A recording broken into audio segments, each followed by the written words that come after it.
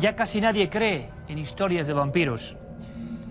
Si les hablamos de cadáveres estacados, seguramente piensen en la vieja Rumanía y en historias muy poco creíbles.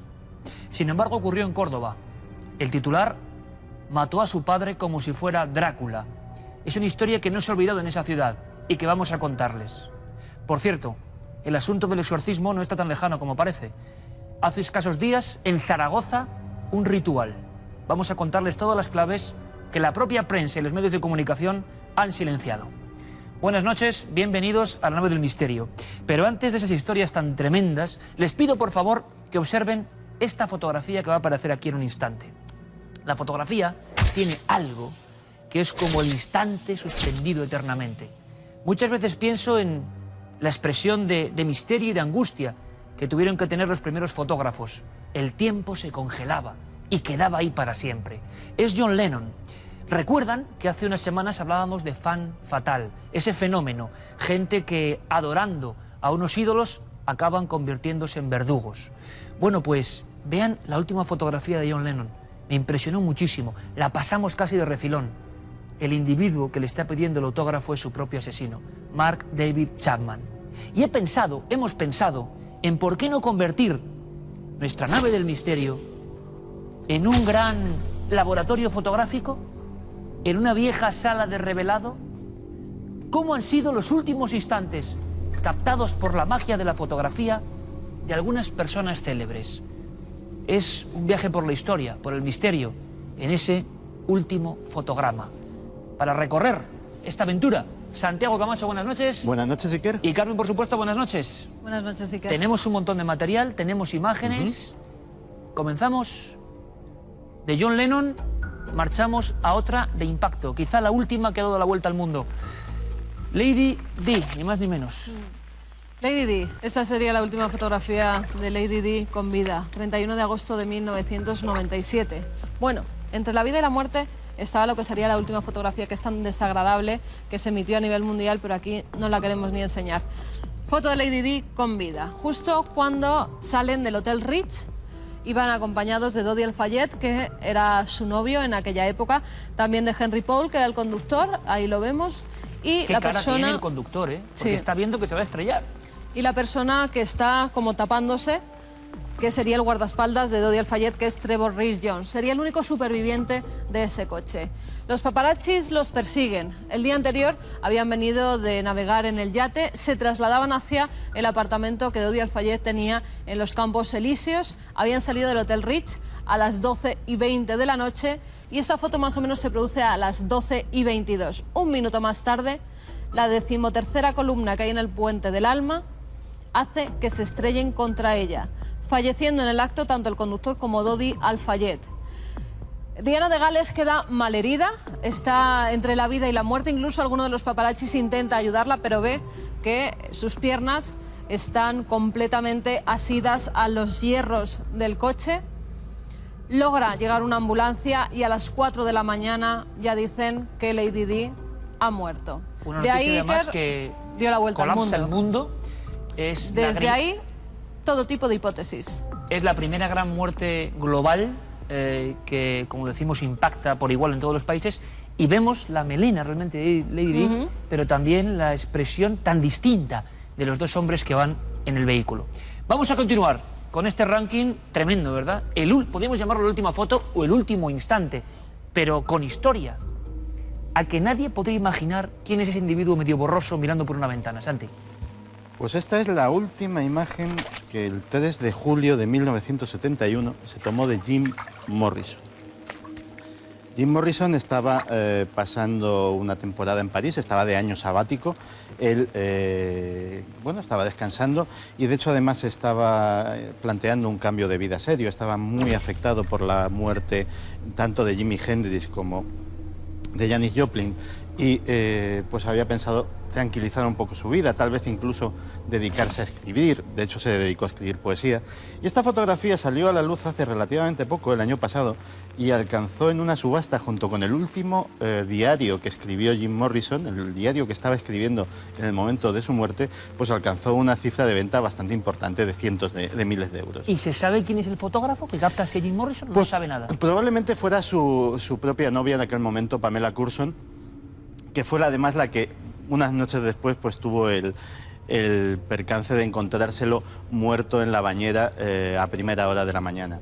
El último instante de un ídolo. Número 6, Carmen. Anneliese Marie Frank, Ana Frank, más conocida por su diario, ese diario que deja escrito donde nos cuenta esas vivencias de una niña adolescente que tiene que vivir la guerra escondida con sus padres en la parte oculta de una fábrica.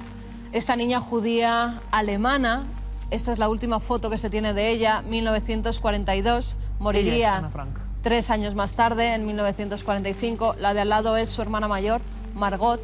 Se cree que ya puede ser en su lugar de reclusión, aunque no se sabe a ciencia cierta.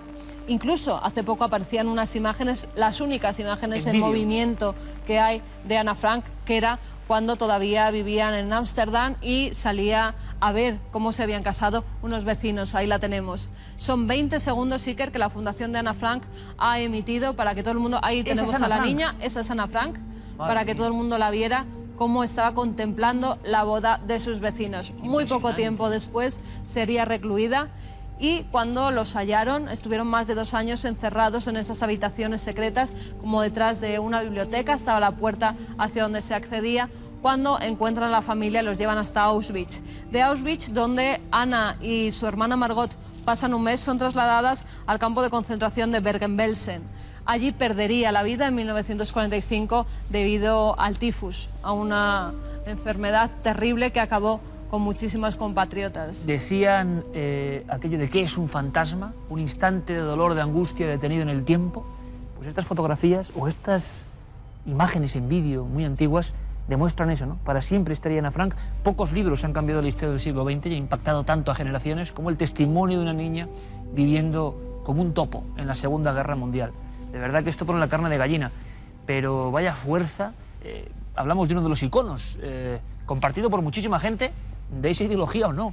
La imagen de Ernesto Che Guevara, desde luego, es de las más célebres de la historia, pero pocos conocen la historia de esta cara de la derrota, digamos, física del Che. Pues esta es precisamente la fotografía, una de las fotografías que se tomó el 8 de octubre de 1967 con Ernesto Che Guevara herido de bala ya. Está herido de bala. Está herido de bala y por eso es capturado en una emboscada en Bolivia, donde había ido a levantar una revolución. Pensaba que de todo el continente sudamericano era el país más apropiado para levantarse en armas en una revolución socialista, y allá que se fue. Y bueno, aprovecharon tanto las tropas bolivianas como asesoradas por la CIA para tenderle una emboscada. En esa emboscada es finalmente capturado, es herido y capturado y llevado a un pueblecito que se llama La Higuera. Rápidamente las tropas encargadas llaman a La Paz, llaman a la capital boliviana para pedir instrucciones. Y allí se les dice que por allí no quieren verle, que básicamente que le eliminen sobre el terreno. El oficial al mando organiza un sorteo entre los 7 suboficiales que tenía a su cargo para que uno de ellos pues, fuera el encargado de ejecutarle. Y eso efectivamente se realiza. El cadáver es expuesto públicamente durante unos días, se le hacen todo tipo de fotografías del cadáver también hay muchas. Y luego es enterrado en un lugar que hasta día de hoy es completamente incógnito y desconocido. Bueno, la última imagen, en vida realmente, de todo un icono del siglo XX. Seguimos con personajes fundamentales de la historia, no estamos hablando de cualquiera, ni mucho menos. Gandhi. Mahatma Gandhi, 30 de enero de 1948 es cuando se toma esa fotografía. Es por la tarde. De Mahatma Gandhi poco podemos decir. ya lo conoce todo el mundo, su historia, lo que hizo por los hindús, la liberación que pedía, siempre pacifista, siempre haciendo huelgas de hambre, y en ese momento iba hacia la oración, hacia el rezo. ¿Le acompañan alumnas? Le acompañan la sobrina, que es Manu Gandhi, y Ava, la esposa de su sobrino. Esas dos chicas siempre iban con él, las llamaba incluso sus bastones. Hubo mucha polémica, sobre todo con estas dos chicas, porque decían que yacía con ellas en la cama, incluso que se les vio en varias ocasiones desnudos, aunque no tenían relaciones sexuales. Pues en ese momento es cuando van hacia el rezo. Y justamente Nathuram Godse, así se llamaba, un radical hindú, porque en ese momento Gandhi estaba apoyando a Pakistán, quería que se le diera una parte de las riquezas de la India. Bueno, pues un radical llega con una pistola, da 3 pasos, sube unas escalinatas hasta donde se encontraba ya sentado Gandhi y le desterraja 3 tiros que le dan en el pecho. Incluso dicen los que estaban allí que parecía una orla de flores lo que se había dibujado con esos balazos. O sea que es minutos antes del Es atentado. minutos antes del atentado en el que Gandhi muere. Continuamos. Otra imagen, otro fotograma de la historia. Impresionante también. Hace no mucho tiempo pasábamos por este lugar y todavía siguen, ¿verdad? Los disparos Sí. en las paredes del Palacio de la Moneda, Santi. Pues sí, estamos en el 11 de septiembre de 1973. Golpe de Estado en Chile. Salvador Allende le vemos ataviado con un casco militar y llevando al hombro un fusil colgado de su correa, un fusil que era un AK-47 que le había regalado Fidel Castro y que llevaba inscrita una dedicatoria personal y que supongo que nunca se había imaginado que iba a ser utilizado en realidad más que para otra cosa que como un recuerdo. Pues ante el golpe de Estado que se le venía encima, Salvador Allende decide, en contra del consejo de muchos de sus allegados, no abandonar el país y defenderse en el baluarte de la Casa de la Moneda, del Palacio Presidencial, hasta las últimas consecuencias. Esta es posiblemente la última foto que se tomó de Allende vivo. Está rodeado por lo que se llamaba el GAP, el grupo de amigos personales, que era, digamos, una guardia pretoriana improvisada. Fíjate, Santi, el rostro, ¿no?, de uno de ellos, que como ocurría en Lady Di, no solo el personaje principal, sino como el resto de actores, entre comillas, también ven que el fin está muy cerca, es como si lo presintiesen, ¿no? Estamos hablando de gente que efectivamente sabía que se le echaban encima los helicópteros que bombardearon el Palacio de la Moneda, que probablemente estaban determinados a no salir de allí vivos y bueno, en esas expresiones también se adivina. Esta fotografía apareció originalmente en el New York Times de unos días después. El fotógrafo sigue siendo una incógnita. Es curioso porque eso se comparte con muchas de estas fotos, Sí. ¿no? Han sido fotos importantes para este siglo XX y no se sabe quién las hizo. Llegó de forma anónima a la redacción del New York Times. Solamente se decía que el fotógrafo había sido capturado por el régimen de Pinochet, que estaba en un campo de concentración y que no se podía revelar su nombre por no empeorar todavía más su situación. Y efectivamente nunca se ha sabido. Una fotografía que en su día ganó el premio World Press de ese año y que pasará, yo creo, a la historia del periodismo gráfico como una de las grandes. Mucha gente estará pensando, bueno, habrá muchas más. Claro que habrá muchas más. Es una primera hornada porque pueden sorprender, porque no son muy conocidas. De otros personajes hay bastante conocidas. Vamos con el número 2. ¿Qué nos encontramos? Nos encontramos con Mata Hari, la espía amante, ¿no?, conocida por sus artes amatorias, por sus striptease, Vaya imagen, en una época en la que no era muy común. París, por ejemplo, se rindió a sus pies. Los hombres más poderosos querían acostarse con ella, querían verla mover esas caderas. Al parecer esos bailes los aprende en Java y por una serie de circunstancias en las que envenenan al hijo pequeño que tiene, el marido se da al alcoholismo, ella empieza a tener aventuras amorosas con los indígenas, allí ya aprende todo tipo de artes. Cuando llega a París, ya separada de su marido, pues esas artes las pone en práctica, pero la pillan siendo espía, es doble espía de Francia y de Alemania. También viene a Madrid, donde entra en contacto con algunos de esos oficiales y espías alemanes, y gracias a una conversación que se intercepta en París, donde dicen que una espía alemana va a llegar a un determinado banco a recoger $5.000 por sus servicios, se pilla a Mata Hari. Y la tenemos ella a punto de ser fusilada. La tenemos justo enfrente de su pelotón de ajusticiamiento. Ahí tenemos a 12 hombres De esa foto se dice además que hay un montón de leyendas, porque la vemos a ella, ¿verdad?, con un abrigo que era de piel. Bueno, pues se dice que debajo de ese abrigo ella no llevaba nada, que estaba desnuda y que en un momento se lo quita para que esos soldados la puedan contemplar e incluso decidan no dispararla. Los soldados se quedan embelesados con la imagen de esta mujer, que todavía era muy joven, tenía 41 años. Algunos piden que les tapen los ojos porque no quieren ver cómo muere. Y ella, y esto sí que es real, eso entra un poco dentro de la leyenda, pero lo que sí es real es que en el último momento ella les lanza un beso. De esos 12 soldados, tan solo 4 aciertan en sus disparos. Uno de ellos la rompe el corazón en 2 y cae fulminada en ese mismo momento. El beso de Mata Hari. Ahí lo tenemos. Y vamos con un personaje y una fotografía que es icono absoluto y que luego será motivo de nuestra investigación. No les adelanto más.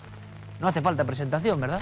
Pues no hace falta presentación. Esta es la última fotografía tomada de Albert Einstein en marzo de 1955. Él murió un mes después. No era, a pesar de ser una figura de fama mundial, no era muy amigo de las fotografías.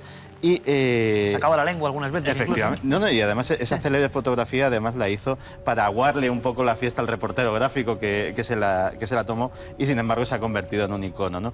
Pues es una foto de la que se sabe muy poco y que solamente se sabe que fue tomada en el exterior de su residencia de Princeton. Es su propia casa.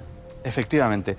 Y pues le vemos pues como un viejecito afable que estaba muy comprometido con el tema del pacifismo y sobre todo de la no proliferación de armas nucleares, y que tenía un gran enigma a sus espaldas, que era qué había hecho todos esos años después de enunciar la teoría de la relatividad, y en los cuales parece que no hizo trabajo científico, o tal vez sí. Bueno, Santi, pues ahí nos quedamos. ¿Qué pasó con los años oscuros de Albert Einstein? Que fueron muchos y siguió haciendo cosas.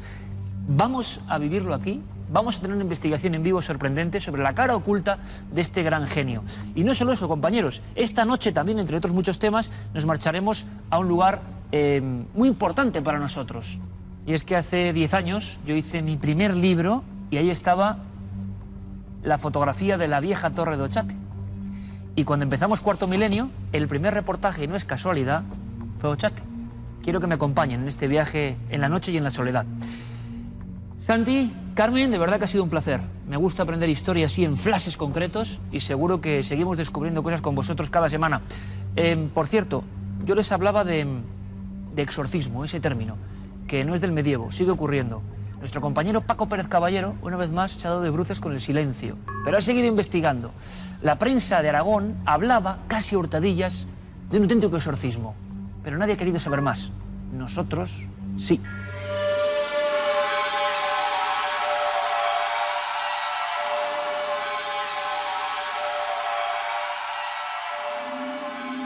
El lunes 9 de noviembre de 2009... unas extrañas voces sobresaltan a los vecinos de un inmueble de la calle Tenor Fleta. Se oye un murmullo incesante, como si alguien estuviera rezando, y de fondo, un llanto desconsolado. La ha sometido a una serie de agresiones, parece encuadradas en un discurso de creencias propias de donde ella procede, y podría tratarse como hipótesis, ya que él fue en primer término llevado a un análisis psiquiátrico, de un maltrato encuadrado y justificado por un entorno de creencias.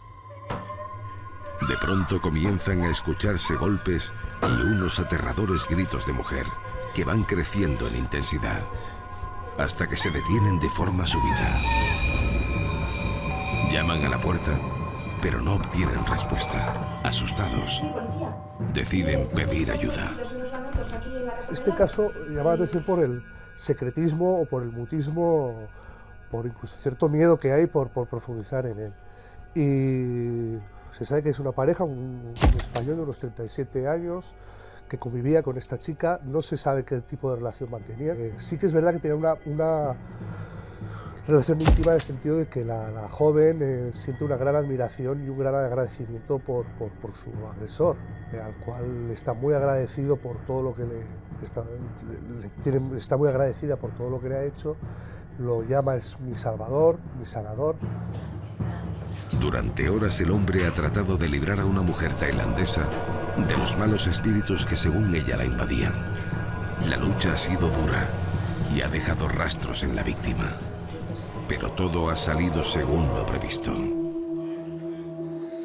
Ahuyentado el mal, será el poder del agua helada el que terminará de purificar su alma. Esto es fácilmente comprensible por nuestro mundo cristiano, donde el agua de las pilas bautismales o el agua cuando entramos a la iglesia está presente. Bueno, pues el agua en otras culturas también purifica, santifica o quita los males. Esto quizás habría que relacionarlo también, bueno, pues quizás con esas heridas en los ojos y que según la prensa, que es el informante, bueno, pues esas heridas en los ojos quizás estarían dadas con el mal de ojo, con el mal dado, con la enfermedad que quizá entra o sale a través de los ojos, que bueno, esto está absolutamente extendido por todas las culturas. Conseguimos una confirmación de la policía que nos dice que efectivamente están investigando las circunstancias de esa agresión. No se corresponde a una agresión habitual, podría tener un origen que ellos definen como exorcista. De hecho, los propios médicos en el informe que pasan al juzgado se atreven a incluir la palabra exorcismo como el origen de esas heridas que tiene la paciente. Cuando llega la policía, el presunto exorcista no ofrece ninguna resistencia. La joven se encuentra al borde de la muerte por hipotermia. Mientras intentan darle calor, las palabras del hombre dejan a los agentes con la boca abierta. La he salvado. Se sospecha que puede tener algún tipo de componente de magia de esa zona del continente asiático. Hay casos como el de Tosos, en 1812, que es la última posesión colectiva, que el pueblo piensa que es posesión real y el obispo de Huesca, un ilustrado, un hombre progresista para la época, les dice que no es una posesión real, pero que para tratar esos fenómenos las tienen que someter a baños con agua fría y también mantenerlas encerradas durante un tiempo o también con ayunos. El desenlace del ritual podría haber sido trágico. ¿Pero qué movía al presunto exorcista? ¿La enajenación mental o una mezcla de creencias que se llevaron al límite? En Aragón, la posesión no colectiva ha sido muy frecuente hasta mediados del siglo, principios del siglo XX. Ha sido pero muy frecuente. Y entre los muchos lugares donde acudían los endemoniados, uno de los más importantes es la Catedral de Jaca, donde el día de Santa Orosia, la víspera de Santa Orosia, acudían los endemoniados del norte de España y del sur de Francia, y allí se les hacían rituales, se les hacían exorcismos y luego iban en la procesión.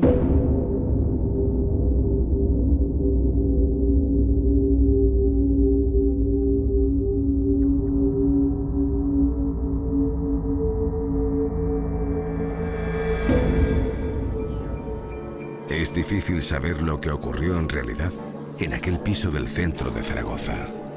La víctima no presentó denuncia alguna. Dijo sentirse mucho mejor y aseguró que le estaba muy agradecida a su liberador.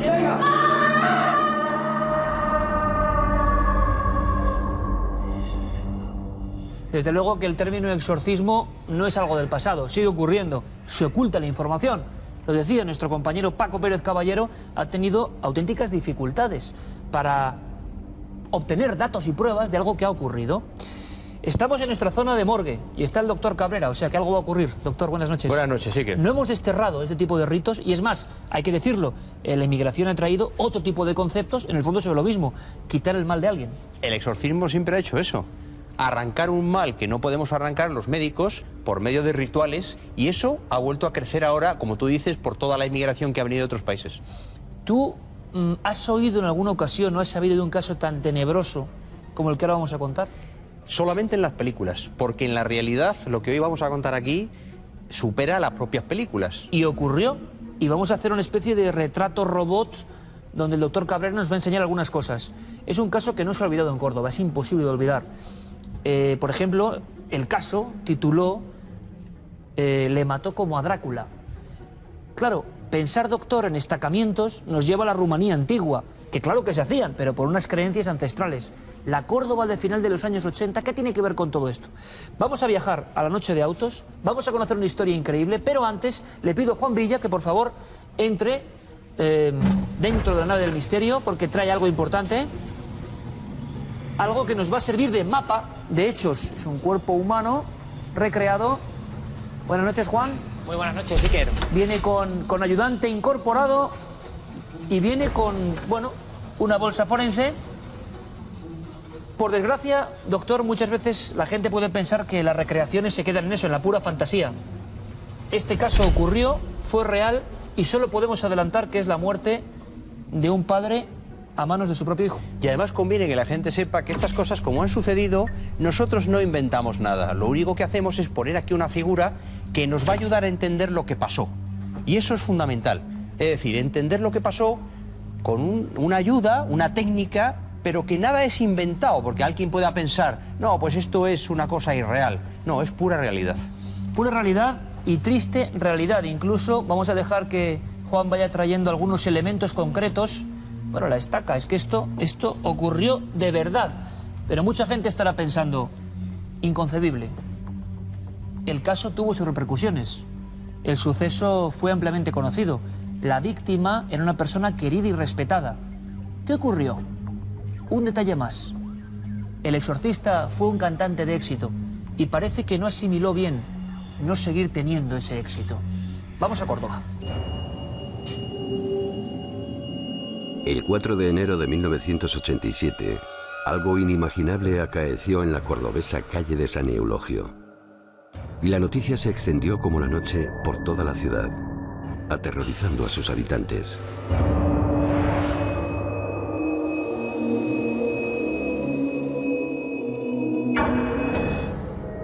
Para Álvaro Rafael Bustos no había ninguna duda. Su padre se había apartado del camino del Señor. Poco a poco, el maligno se había ido apoderando de él. Y solo había una manera de liberarlo, mediante un complejo ritual sangriento. Manuel Bustos era un catedrático de violín del Conservatorio de Córdoba, de música y declamación. Un hombre muy conocido, un buen violinista que daba muchos conciertos, tenía una gran acreditación en el plano musical en nuestra ciudad, y yo lo conocí, nos conocíamos porque en Córdoba prácticamente en ciertos niveles nos conocemos todas las personas, pero con Manuel Bustos yo tuve una amistad bastante estrecha porque formábamos parte, yo era más joven que él, de una tertulia en el Círculo de la Amistad. Yo lo conocí siendo yo un niño y lo recuerdo pues como un gentleman, un hombre, un caballero, muy así, una persona apuesta, muy simpática. En fin, era una persona muy conocida en la ciudad y en el conservatorio pues lógicamente era una institución, era catedrático de violín desde hacía mucho tiempo, era un violinista que además daba conciertos cada cierto tiempo, en fin, era muy elegante y bueno, yo creo que era una persona de la que todo el mundo tenía siempre un buen recuerdo, ¿no? Y desde luego cuando pasó su desgraciada y trágica muerte, la impresión pues fue bárbara, evidentemente, ¿no? En los últimos meses, la preocupación impide a Manuel Bustos concentrarse en su gran pasión, la música.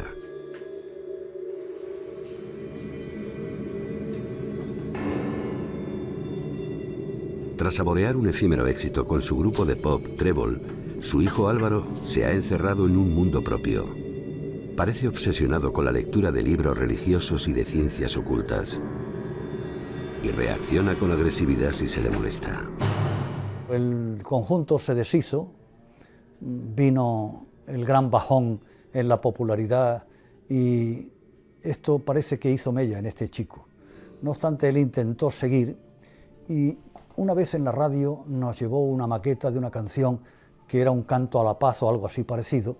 Le hicimos una entrevista en la frecuencia modulada, pasamos la maqueta, pero aquello no tuvo éxito y sin duda ese frenazo en el éxito personal y profesional de este chico causó su efecto y fue transformándose lentamente. Su padre, me acuerdo que me hablaba con gran preocupación de la transformación que este chico venía sufriendo, porque era una doble personalidad muy marcada.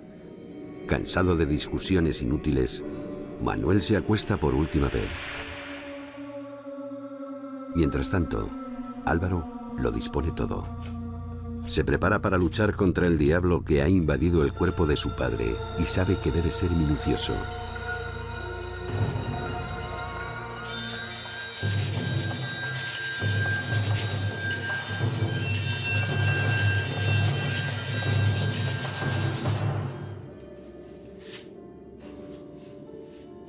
Cualquier error puede ser fatal y condenar a toda la humanidad. Que ya existía una base patológica y él creía, estaba convencido de que el padre tenía el demonio dentro y la única forma de echar el demonio era matarlo. Por cierto, como dato curioso, después de ser condenado, dijo que el demonio habitaba en el cuerpo de su hermana. Ya la hermana se quedó aterrorizada diciendo, como salga este, me acaba a mí otra estaca. De modo que lo que condujo, porque él no era bebedor, no era un hombre juerguista, era un hombre más bien serio, yo creo que se envenenó de lecturas y que ya existía una base patológica en su interior. Y eso le condujo al crimen nada más. Contra el padre no tenía nada.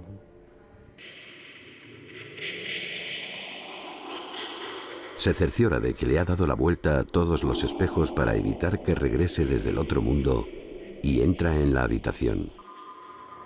Se acerca sigilosamente hasta la cama y de un único y preciso golpe le clava la estaca en el corazón.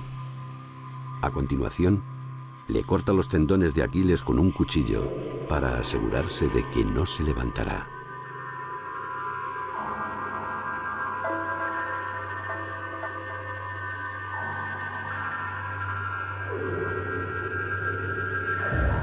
Puso la punta en el pecho del padre, que todavía parece que estaba dormido, se despertó y con un martillo le clavó la estaca en todo el pecho, partiendo el corazón.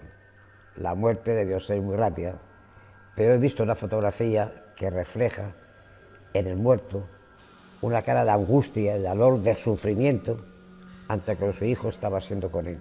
Es la foto más impresionante que yo he visto.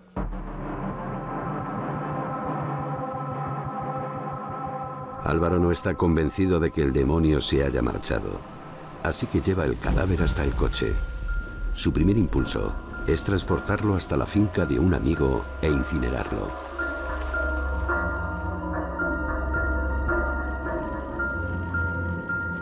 Pero finalmente opta por vagar sin rumbo por la ciudad hasta que amanece.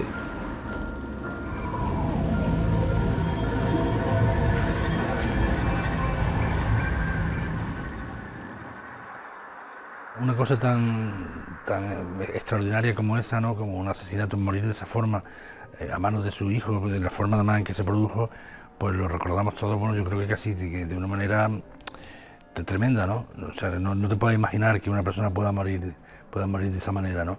Y sobre todo cuando además personas, por ejemplo, que de mi generación o yo mismo, pues conocíamos al hijo, que es más o menos de la edad, de mi edad, de esta generación, y era una persona muy simpática, o sea, que una persona además casi con un carisma de líder, ¿no? Es decir, que lo que menos te puedes imaginar, cuando yo me enteré de todo eso, que había sido el hijo y tal, es que decir, pero bueno, no es posible, si ese chaval es simpaticísimo, era un chaval muy abierto, con un gran don de gente. Clavarle una estaca en el corazón cuando estaba durmiendo, cortarle los talones de Aquiles por si se reencarnaba para que no pudiera andar y ponerse de pie, y meter al padre el cadáver en el coche de su padre. Estuvo deambulando toda una noche por la ciudad, esto se ha sabido después, como es lógico. Lo dejó aparcado hasta que se arrepintió y fue a él a presentarse a la policía para confesar su crimen. Tras entregarse, Álvaro relató con frialdad el asesinato. Estaba convencido de haber librado al mundo de un ser demoníaco. Fue declarado inimputable y se ordenó su ingreso en un centro psiquiátrico. Me acuerdo que en 2 ocasiones, cuando me pasaron a dictamen, dije que no procedía a la libertad por la razón de que esto estaba muy reciente y porque su peligrosidad podía ser grande. Después ya desapareció Álvaro Bustos. El fiscal que en algún momento estuvo despachando esa ejecutoria, porque somos muchos fiscales allí, ni me consultó ni nada, y parece ser que se puso en libertad. Los fiscales me consultaban cuando tenía dudas, lo que no podía es estar yo encima de ellos en todo lo que hacían. Únicamente como fiscal jefe y el teniente fiscal revisábamos todas las calificaciones. Álvaro Bustos desapareció de la vida judicial. No ha cometido ningún acto de violencia. El brutal crimen aún sigue escandalizando a los cordobeses. No pueden comprender cómo un hijo pudo confundir a su padre con el mismísimo Satanás.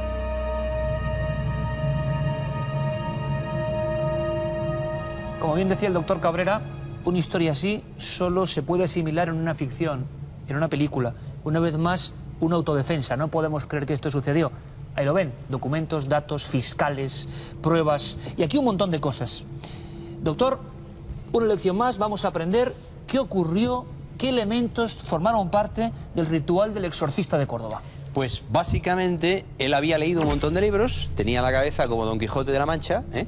Él afiló una estaca de madera, como la que tenemos aquí, prácticamente igual, de madera, con su correspondiente martillo, y después él utilizó también una daga que tenemos aquí, y como colofón utilizó sal, que es un elemento semimágico, porque la sal está siempre en todas las culturas como un elemento... Purificación, ¿no? Exactamente, y entonces estos son los elementos básicos con los cuales explicar lo que ocurrió en aquella noche. Bueno, pues Juan, si te parece, vamos a proceder a abrir esta bolsa forense y, por supuesto, no hemos querido herir la sensibilidad de nadie, ni de los familiares, y el rostro es un rostro, vamos a decirlo así, un tanto híbrido, es un cuerpo humano en general, y solo queremos saber cómo actuó y por qué, porque ya no solo es el caso de Córdoba. Mira, doctor, hay una cosa increíble. Hace poco un compañero de la cadena SER, un técnico, me contó que tenía una relación con una chica rumana. Esta chica un día le confesó, fíjate qué historia, años 80 finales, a su abuelo, muerto en una pequeña aldea, lo destacaron 2 veces. Como una vieja tradición. ¿Por qué? ¿De dónde viene esto? Esas tradiciones vienen a ser algo así como que el muerto ha muerto y nadie quiere que vuelva. Es como cuando una madera la clavas con clavos para que esa madera no se mueva. Eso en la leyenda urbana, en el acervo ancestral, es eso lo que es la estaca de madera. Claro, enero 1987. ¿Qué pasó en ese cuerpo? ¿Cómo actuó el exorcista de Córdoba? Pues el exorcista de Córdoba, lo primero que hizo cuando el hombre, su padre, estaba en la cama, es con la estaca de madera, y lógicamente con silencio, se aproximó a su cama, el hombre dormía hacia arriba, tal y como está el muñeco, y tal y como él había leído en los libros, en su momento, aplicó la estaca justamente, sabiendo que en el centro está el esternón y es muy difícil de atravesar, lo aplicó justo a un lado, en lo que es el quinto espacio intercostal, a la altura del pecho, aquí está el corazón debajo, y con un martillo como el que tenemos aquí, sonará fuerte, pero es así, él clavó la estaca justamente en el corazón, tal y como yo estoy haciendo. La gente dirá, qué barbaridad, qué cosa más espantosa, qué cosa más horrible. Le atravesó el músculo cardíaco, y el músculo cardíaco, cuando se atraviesa con cualquier objeto punzante, se para.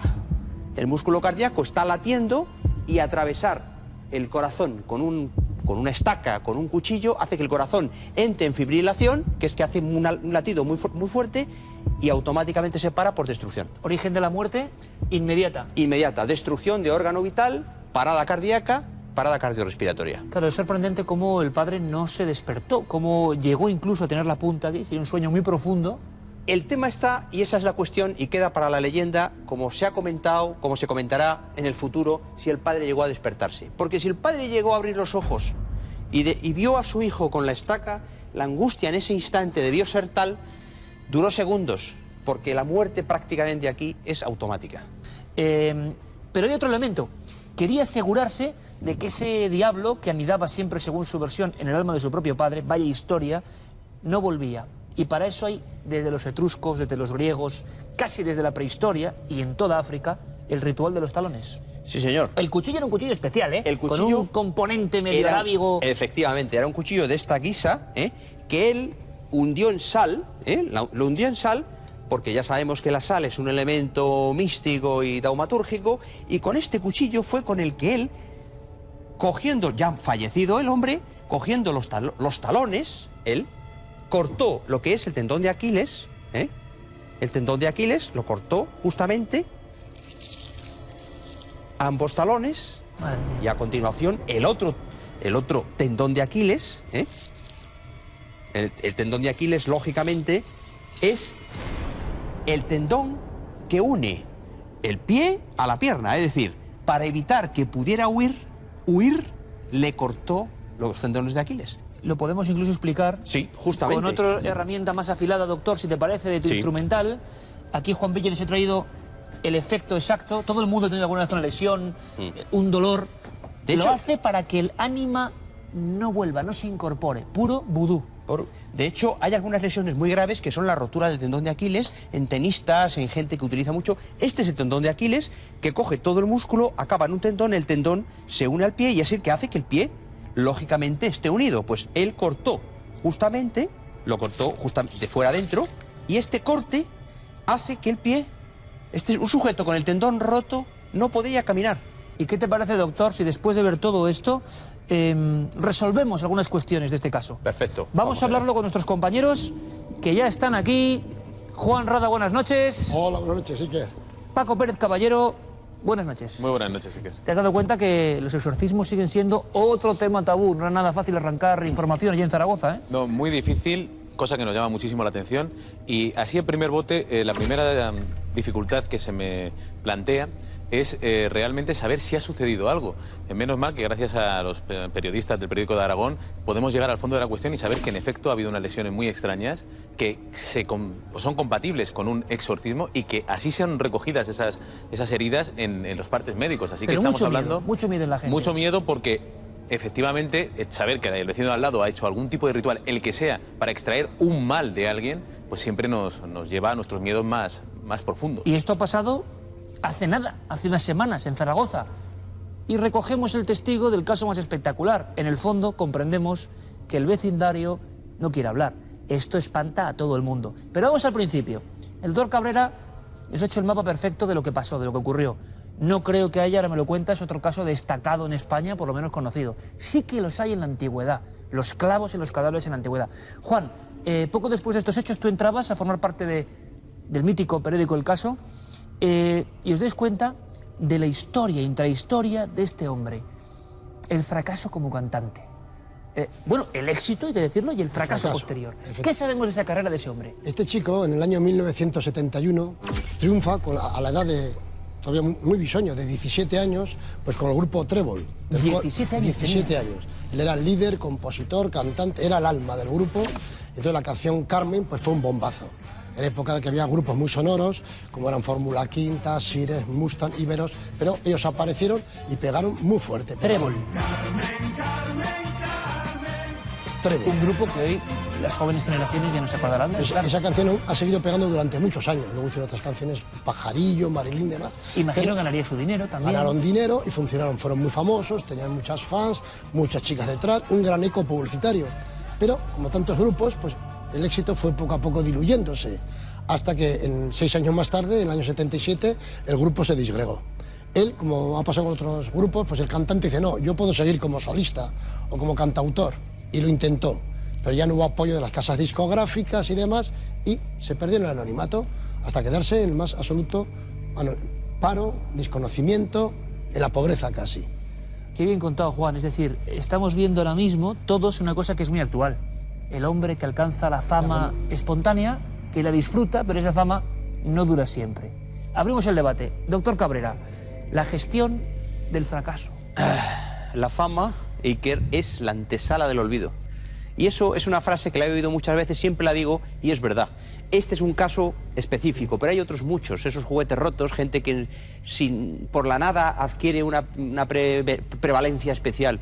Y claro, eso se lleva mal, sobre todo cuando no puedes gestionar ese fracaso.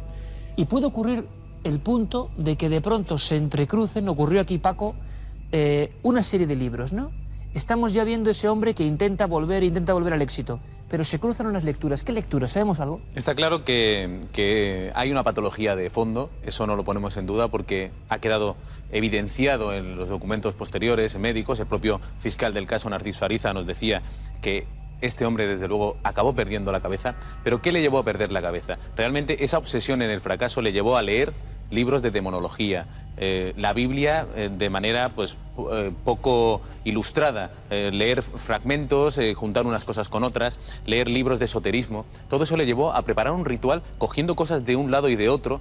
O sea, no un libro que digas, este es el libro que se utiliza para hacer los exorcismos X o Y, no. Hizo su collage. Él hizo su propio collage, efectivamente, que consistía en coger pues esa barra de las cortinas, afilarla, untarla en sal, acabar con su padre mientras dormía y después todo ese complejísimo ritual de ir dándole la vuelta a los espejos, de sacarlo de la casa.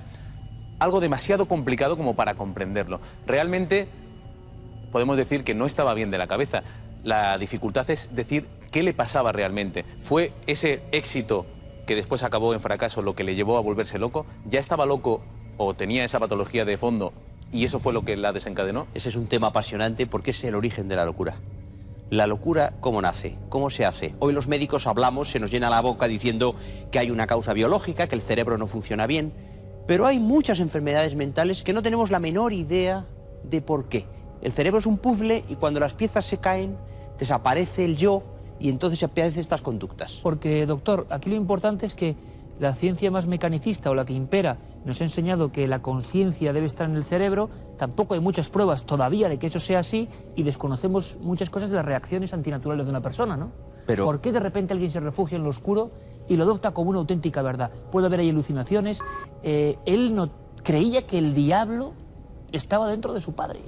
Claro. ¿Es una conducta habitual, más habitual de la que parece? ¿Son casos muy extremos? No, no es tan extremo. En la mayor parte de las grandes psicosis, que es la enfermedad mental, como la esquizofrenia, sin tratamiento, la persona cree que el diablo, el demonio, etcétera, invade otros cuerpos. Y casi siempre esos cuerpos son los de los seres cercanos. El padre, el hermano, un vecino en el tercer piso. Y esos son los que al final, como son el diablo, hay que matar para acabar con el diablo. Por eso todo lo que hace este muchacho es cerrar los espejos, cortar los talones, matar con una estaca de madera. Es decir, está matando no al padre, está matando al diablo. ¿Cómo sería su reacción? ¿Qué sabemos, Juan, de...? Hay muchos testimonios. Han visto que este caso, como todos, no es que nosotros lo aportemos para... Mira que... No, sino que fue en su día seguido por toda la prensa nacional, pero se ha olvidado. Titulares y frases, ¿verdad, Juan? Frases de este hombre, lo que decía, lo que sentía. Yo no sé cómo interpretó, o si llegamos a saber algo, lo que había hecho después. Él quería que transcurrieran 24 horas para que no pudiera resucitar. De ahí que en previsión de eso le cortaron los tendones de Aquiles e intentó pegarle fuego. Lo que pasa es que fue a una finca... ¿Intentó pegarle fuego? Sí. Él llamó a un amigo suyo que tenía una finca, le dijo que viniera, que tenía que hacer una cosa y que le dejara la finca. Llegó el amigo, pero vio que se asomaba un pie de un cadáver por el coche. Entonces el otro dijo, bueno, mi finca es tal, pero fue a dar cuenta a la policía. Y él con el coche fue a la finca, pero se equivocó de finca y se metió en otra. Y cuando estaba preparando una cama de madera para incinerarlo, pues aparecieron por allá en una motocicleta 2 hijos del guardés. Apareció el guardés y dijo, no, es que estoy preparando para hacer una cena, una fiesta con mis amigos. El guardés le dijo que se había equivocado de finca y entonces decidió retornar a Córdoba y esperar a que transcurrieran 24 horas para ir a la comisaría y presentarse. Cuando se dirigía para allá ya lo detuvieron porque tanto el amigo como su hermano veterinario se habían enterado ya de lo que había pasado con el padre y fue detenido. Entonces él se presentó tranquilamente, con toda la tranquilidad del mundo, y dijo una frase textual cuando llegó. Dijo que su padre le había dicho, yo soy Satanás y una estaca clavada en mi corazón será la única forma de acabar con mi vida. Yo soy Satanás. Entonces él fue a matar al diablo, no al padre. O sea, él creyó que su padre le decía eso. Le decía eso. Y por eso él decía que él se alegraba por la muerte de Satanás, pero lloraba por la muerte de su padre. Claro, es que esa es la esencia de esta enfermedad. Los trastornos esquizofrénicos tienen en esencia la ruptura del yo y de la realidad. Y al romperse el yo y la realidad, se pueden compaginar en el mismo cerebro las dos visiones. Este es mi padre, pero también es Satanás. Y llama la atención, doctor, sobre todo, o por lo menos a mí me la llama poderosamente, la actitud que tú decías fría, pero fría como si no hubiera sucedido nada, hablando en el juicio, contando lo que había sucedido, como si no hubiera pasado nada, como si hubiera hecho realmente un favor a la humanidad, porque él creía que había liberado a la humanidad del propio Satanás que estaba albergando o que estaba residiendo en el cuerpo de su padre. Yo creo que esto es lo que más llama la atención de todo el caso, porque hasta a día de hoy, esto también hay que decirlo, no se sabe dónde está Álvaro Bustos. No se sabe si está recibiendo tratamiento ambulatorio, porque como decía el fiscal Narciso Ariza, pues se le perdió la pista judicial cuando finalmente se vio que estaba recuperado, eso sí, con el tratamiento ambulatorio, porque esta enfermedad no se cura nunca. Pues se le puso en libertad, está en la calle, quizá nos esté viendo y realmente no ha vuelto a delinquir que sepamos, pero esa patología está ahí y lo que a mí me sorprende es que de cara a nosotros, a cualquiera de nosotros, pasa inadvertida. O sea, realmente este chico que le hemos visto definido como un líder, algunos de los que le conocían como una persona carismática, buena persona, buena gente, cuando llega a este crimen, a esta noche en la que mata a su padre, víspera de Reyes, por cierto, pues está ya al límite. ¿Cómo llega una persona al límite? ¿Cómo podemos determinar si una persona puede acabar cometiendo un crimen? Ahí hay un tema que has apuntado tú y que es muy importante que la gente entienda. Es la falta de afectividad. Esa frialdad es enfermiza. Es decir, la afectividad, el sentimiento, el calor humano que tenemos unos con otros es básico para entender la relación entre las personas. Él no tiene afectividad y esa falta de afectividad le permite hacer lo que hace. Pensó que ese espíritu, ese demonio, lo que él veía, hablamos de alucinaciones auditivas, si escuchó el mensaje de su padre, tenían que ser alucinaciones auditivas, Juan, pero es que luego cuando le atrapan, que nos parecía sobrecogedor, lo recogía tu reportaje, Paco, dice que el demonio se ha pasado a su hermana.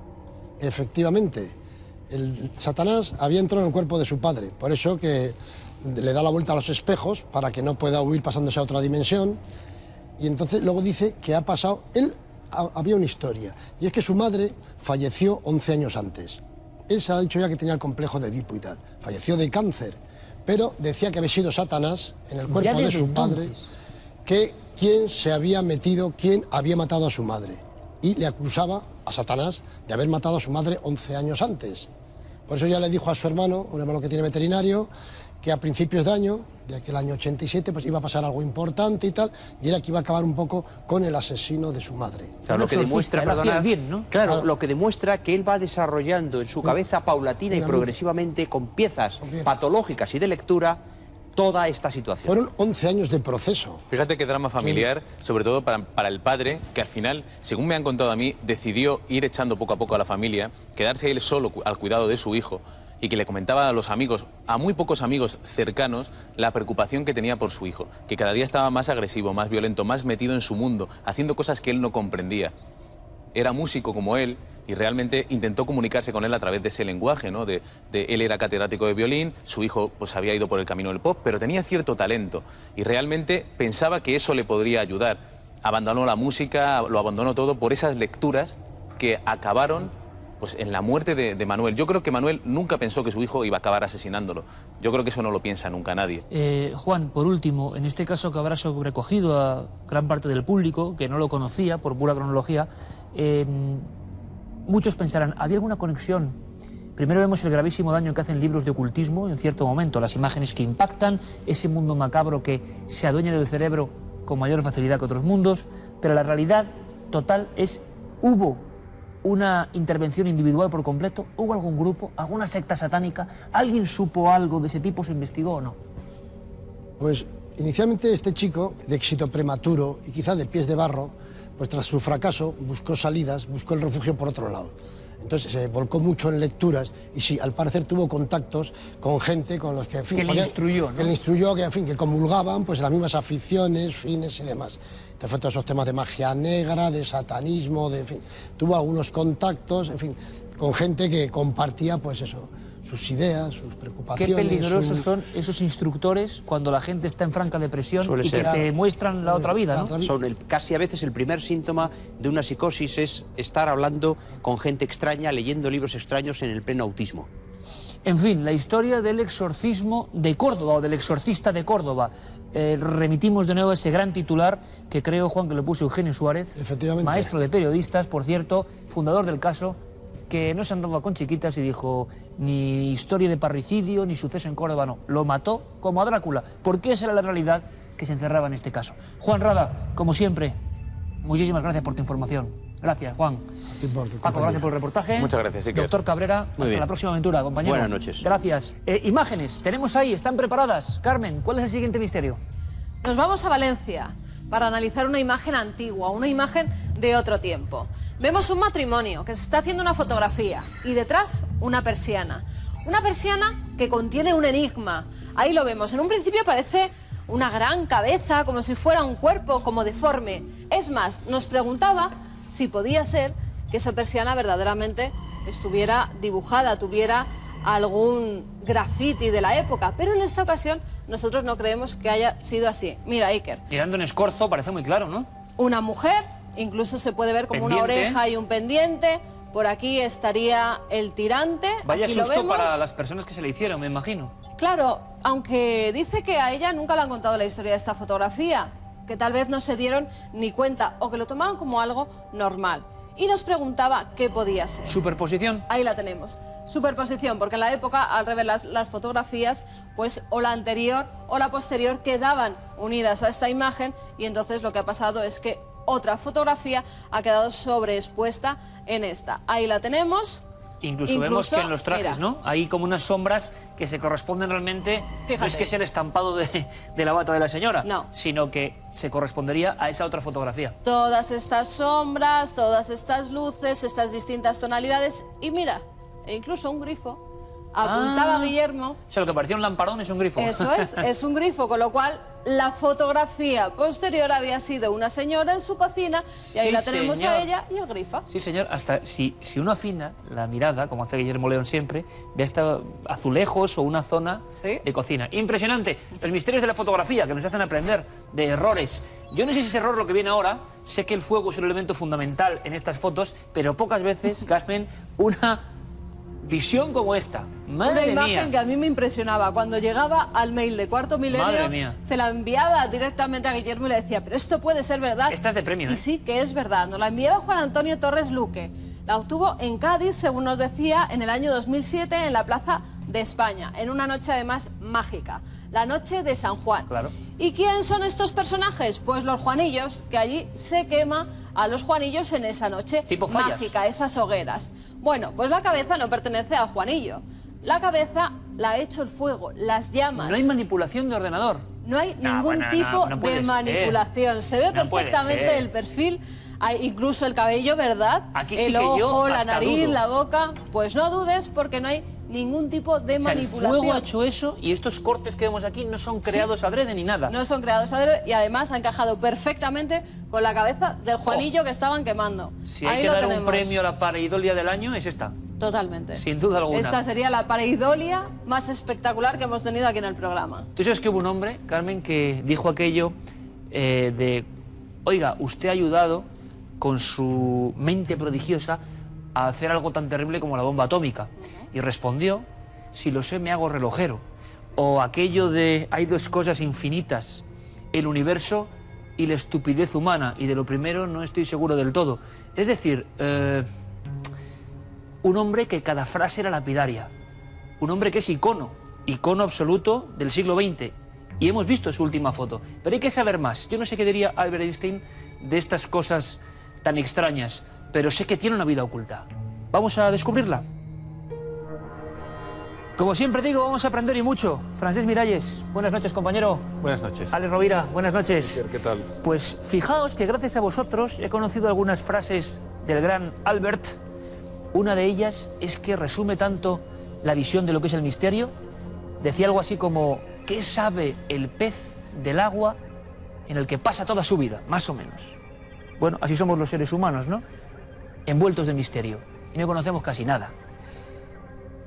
Alex y Francesc, de eficacia probada en el mundo editorial con bestsellers mundiales, han editado La Última Respuesta. Han escrito una auténtica aventura que además le tengo mucho cariño porque habla de radio, habla de investigación, habla de un programa que se mete un poquito más allá de lo normal en las noticias, en la actualidad, y sobre todo habla de la otra cara de este genio, que es sorprendente. De verdad, yo creo que hay que aprender mucho de ese Einstein desconocido. Hablábamos de la última foto.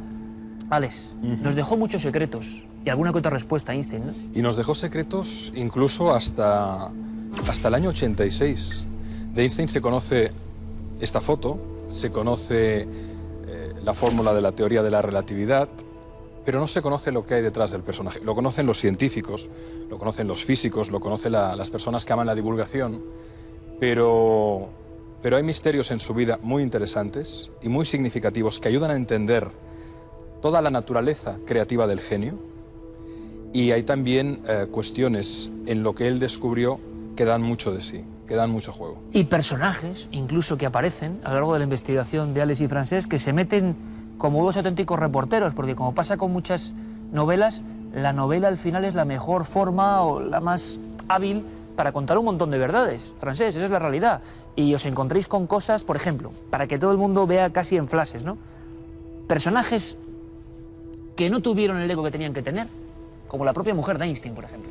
Sí, fue la gran incomprendida de todo este proceso, porque era una brillantísima matemática y la traductora de Einstein de sus ideas a veces un poco abstractas, filosóficas, de sus visiones, a un plano más concreto. Y de hecho, después del divorcio, Einstein ya dejó de producir todas esas genialidades. Por lo tanto, su papel fue muy importante, y no solo porque fuera una excelente matemática y primera mujer que estudió en Zúrich en ese instituto, sino también por su amistad misteriosa con un elemento de su época del que se va a hablar mucho las próximas décadas. De eso estamos seguros, que es Nikola Tesla. Otra vez aparece Nikola Tesla. Hicimos muchos experimentos con sus... detrás de la historia de Einstein. Sí, está relacionado. O de su mujer. Porque tanto Mileva Maric como Nikola Tesla eran serbios, se habían conocido de jóvenes, y los dos compartían su pasión por la ciencia y a veces incluso por las ciencias ocultas, porque hay que recordar que Nikola Tesla no solo fue la persona que más sabía de electricidad junto con Edison, sino que se anticipó a Marconi con la radio, ideó algo muy parecido a Internet y la tecnología wireless hace 100 años. Pero al final de su vida se embarcó en proyectos demasiado grandes para la financiación que él tenía, incluso de comunicación con extraterrestres, y de hecho uno de los misterios de Nikola Tesla, y con eso cerraríamos este apartado, es que a su muerte el FBI entró en su casa y requisó todos los documentos que habían. Por lo tanto, no sabemos tampoco a qué dedicó Nikola Tesla las investigaciones de la última parte de su vida, que fueron las más esotéricas. O sea que Tesla tiene que ver con la mujer de Einstein, que Alex acompaña a Albert, eso de detrás de un gran hombre siempre hay una gran mujer. En la época más brillante de Albert Einstein, totalmente, donde revoluciona el mundo. En el año 1905, Albert Einstein publica 5 artículos. Uno es sobre el movimiento browniano, que es un artículo esencial para comprender el átomo. Otro artículo sobre el efecto fotoeléctrico, que finalmente en el año 1921-22 le dan el premio Nobel. Que no se lo dan por la famosa teoría de la relatividad, no, sino por esto otro. Porque es muy polémica, y de hecho en el año 1905 aparece también el artículo sobre la teoría de la relatividad, pero la famosa fórmula aparece unos meses después en un anexo. En cualquier caso, como decía Francesc, Mileva Maric, su primera mujer, es la que le ayuda a decodificar su pensamiento en fórmulas matemáticas. Einstein era un gran matemático, era un hombre rigurosísimo, muy trabajador, pero lo fascinante es cómo alguien sin laboratorio y sin soporte académico, que es un oficial de tercera en una oficina de patentes de Berna, una persona que hace una tarea burocrática, es capaz él solo de crear una visión del universo y de la física que lo revoluciona todo, pero todo, desde la comprensión de la física cuántica, las bases de la física cuántica. Nos dice en su famosa fórmula que la masa es energía, que un cuerpo humano tiene energía suficiente en un cuerpo promedio. Si la pudiéramos convertir en energía pura, equivaldría a 30 bombas de hidrógeno. Un ser humano. Un ser humano. Y 1 litro de agua nos permitiría devastar una ciudad convertido en energía, ¿no? De las bombas de uranio, a través de la fórmula de Einstein, solo se desprende un 1%, ni un 1% de la energía que tiene el uranio. Pero esto lo hace un hombre sin notas a pie de página y en un ejercicio de imaginación. ¿Sabes cuál es la diferencia que tiene Einstein, dicen, con otros grandes genios y con la población en general? Que él no piensa en palabras. Cuando él era pequeño se le consideraba prácticamente autista. ¿Cómo era Einstein de pequeño?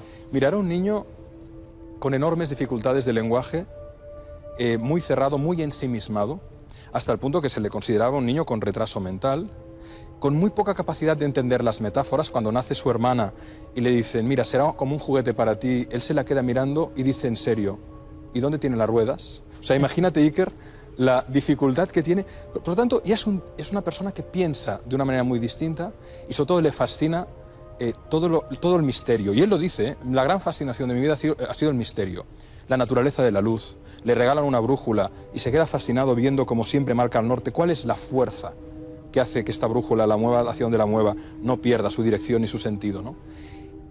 Y lo que hace que sea tan genial es que utiliza la imaginación y la investigación desde el pensamiento para provocar paradojas o situaciones que otros no imaginamos. Si yo voy a la velocidad de la luz y me miro en un espejo, la luz, yendo a la velocidad de la luz de mi cara, llegará al espejo y rebotará, y se vuelve casi Claro, loco, se casi loco. Cosas que nadie siquiera imagina. Eso que hablamos muchas veces de los confines del universo, pensamientos que son tan increíbles que el común de los mortales, muy normalitos, como es mi caso, no podemos ni imaginar. Bueno, pues él se las imagina. Y como dice Alex, piensa en imágenes. Una gran clave para el mundo que nos rodea hoy en día, ¿no? Francés, ¿y qué cambia? ¿Cómo es, digamos, el resto de compañeros, la sociedad, cuando este hombre, como ha descrito perfectamente Alex Rovira, muy normal en una oficina de patentes, cambia la historia del concepto tiempo? ¿Cómo le aceptan o no le aceptan? En su propio país, de nacimiento, Alemania, muy mal aceptado, porque coincidió además con la ascensión del nazismo y que les fastidiaba mucho que un judío fuera a determinar la ciencia del siglo XX. Y llegaron al punto no solo de obligarle a irse, prácticamente, sino que publicaron un libro que se llamaba 100 científicos contra Einstein. 100 científicos contra Einstein. Entonces cada uno de esos 100 pues intentaba cargarse los fundamentos de las principales teorías de Einstein. Y cuando le preguntaron, ¿qué le parece a usted este libro, señor Einstein? Él dijo, si tuvieran razón, con uno solo científico sería suficiente. No hace falta 100. Luego tenemos esa facultad prodigiosa, un niño que no era ningún genio en el sentido convencional, que tenía esos problemas de lenguaje. Alex, porque esto yo sé que casi, no es que sea un divertimento, pero frases célebres de Einstein que son tan alucinantes, que lo resumen todo, que van al meollo de la cuestión. ¿Cuáles te vienen a la mente? Mira, hay una que es maravillosa y que tiene que ver con el enigma de la última respuesta, que dice: la fuerza sin amor es energía gastada en vano. Que la persona que hace la fórmula poética más revolucionaria de la historia de la física, que rompe con la física mecanicista de Newton imperante durante casi 3 siglos, que crea la teoría de la relatividad, a partir de la cual se desarrolla con su pensamiento, no estaríamos aquí, no tendríamos muchas de las aplicaciones tecnológicas que tenemos, ¿no? Que diga que la fuerza sin amor es energía gastada en vano es fascinante, porque Einstein pasa de ser un niño autista a ser un adulto despótico. Hay que reivindicar el papel de su mujer en su grandeza y en su obra, el papel de Mileva, porque hay otro gran misterio que dejamos, si te parece, para más adelante, por supuesto, que tiene que ver con su relación con Mileva y que dio lugar a otra gran creación que él siempre guardó en secreto. Pasa de ser un adulto despótico que trata mal a sus mujeres, que luego deja a Mileva, se casa con su prima, pero tiene muchas amantes, con una vida emocional muy revuelta, para finalmente, y a raíz de la catástrofe nuclear y de la Guerra Fría, convertirse en un humanista, en un pacifista, en un hombre tierno, cuando en teoría en psicología las estructuras de personalidad no cambian, se mejoran, se pulen incluso a través de la terapia. Pero pues parece que Einstein pasa de ser una estructura prácticamente soñadora, esquizoide, a ser una estructura tremendamente empática. Y tiene frases maravillosas, ¿no? Él dice que si no llevamos la razón a sus límites, nunca podremos aprender. Dice que es muy difícil que una generación de científicos acepte un nuevo modelo de pensamiento, un nuevo misterio, un nuevo enigma, hasta que esa generación muere y otra generación joven está dispuesta a aceptarlo y asumirlo como normal. Está contando ahí una clave importantísima, ¿eh? Y dice, qué triste nuestro tiempo, que es mucho más fácil desintegrar un átomo que un prejuicio. Bueno, Einstein tenía esa facultad, e incluso del misterio como sensación importantísima y fascinante, ¿no? La sensación que hace aprender. Una de sus frases más célebres va sobre esa cuestión. Pero yo me estoy preguntando, una de las cosas que la gente sabe de Einstein seguro, o que tiene por ahí en bruma, es el gran científico, cambia el mundo, pero se deprime enormemente, le ocurre algo, es un mazazo, lo de la bomba atómica. ¿Qué habéis averiguado de esto? ¿Qué hay de verdad? Bueno, hay mucho de verdad. Él se sentía culpable por 2 motivos. Uno, porque esa fórmula tan simple, tan genial y tan poética fue lo que desató una serie de investigaciones en diferentes países al mismo tiempo para ver quién desarrollaba antes la bomba nuclear. Y el segundo motivo por el que se sentía culpable es porque él mandó una famosa carta a Roosevelt conminándole a que por favor pusiera más recursos, más gente y acelerara las investigaciones para tirar la bomba atómica antes de que lo hicieran sus enemigos, o sea, básicamente Alemania. Cuando él ve el resultado de todo eso, en esas 2 ciudades, Hiroshima y Nagasaki, se horroriza de la clase de mundo a la que vamos. Pero, ¿por qué le sorprendía eso a Einstein cuando tenía que saber perfectamente, imagino, ¿no? El resultado de esa potencia la desatada. fórmula que lleva la energía nuclear, él no la pensó como un arma, sino la pensó como una vía que podía resolver los problemas energéticos de la Tierra. Luego la aplicación fue perversa. Y además hay algo que es fascinante, porque uno, antes de adquirir un gran poder, debe adquirir la sabiduría para poderlo gestionar.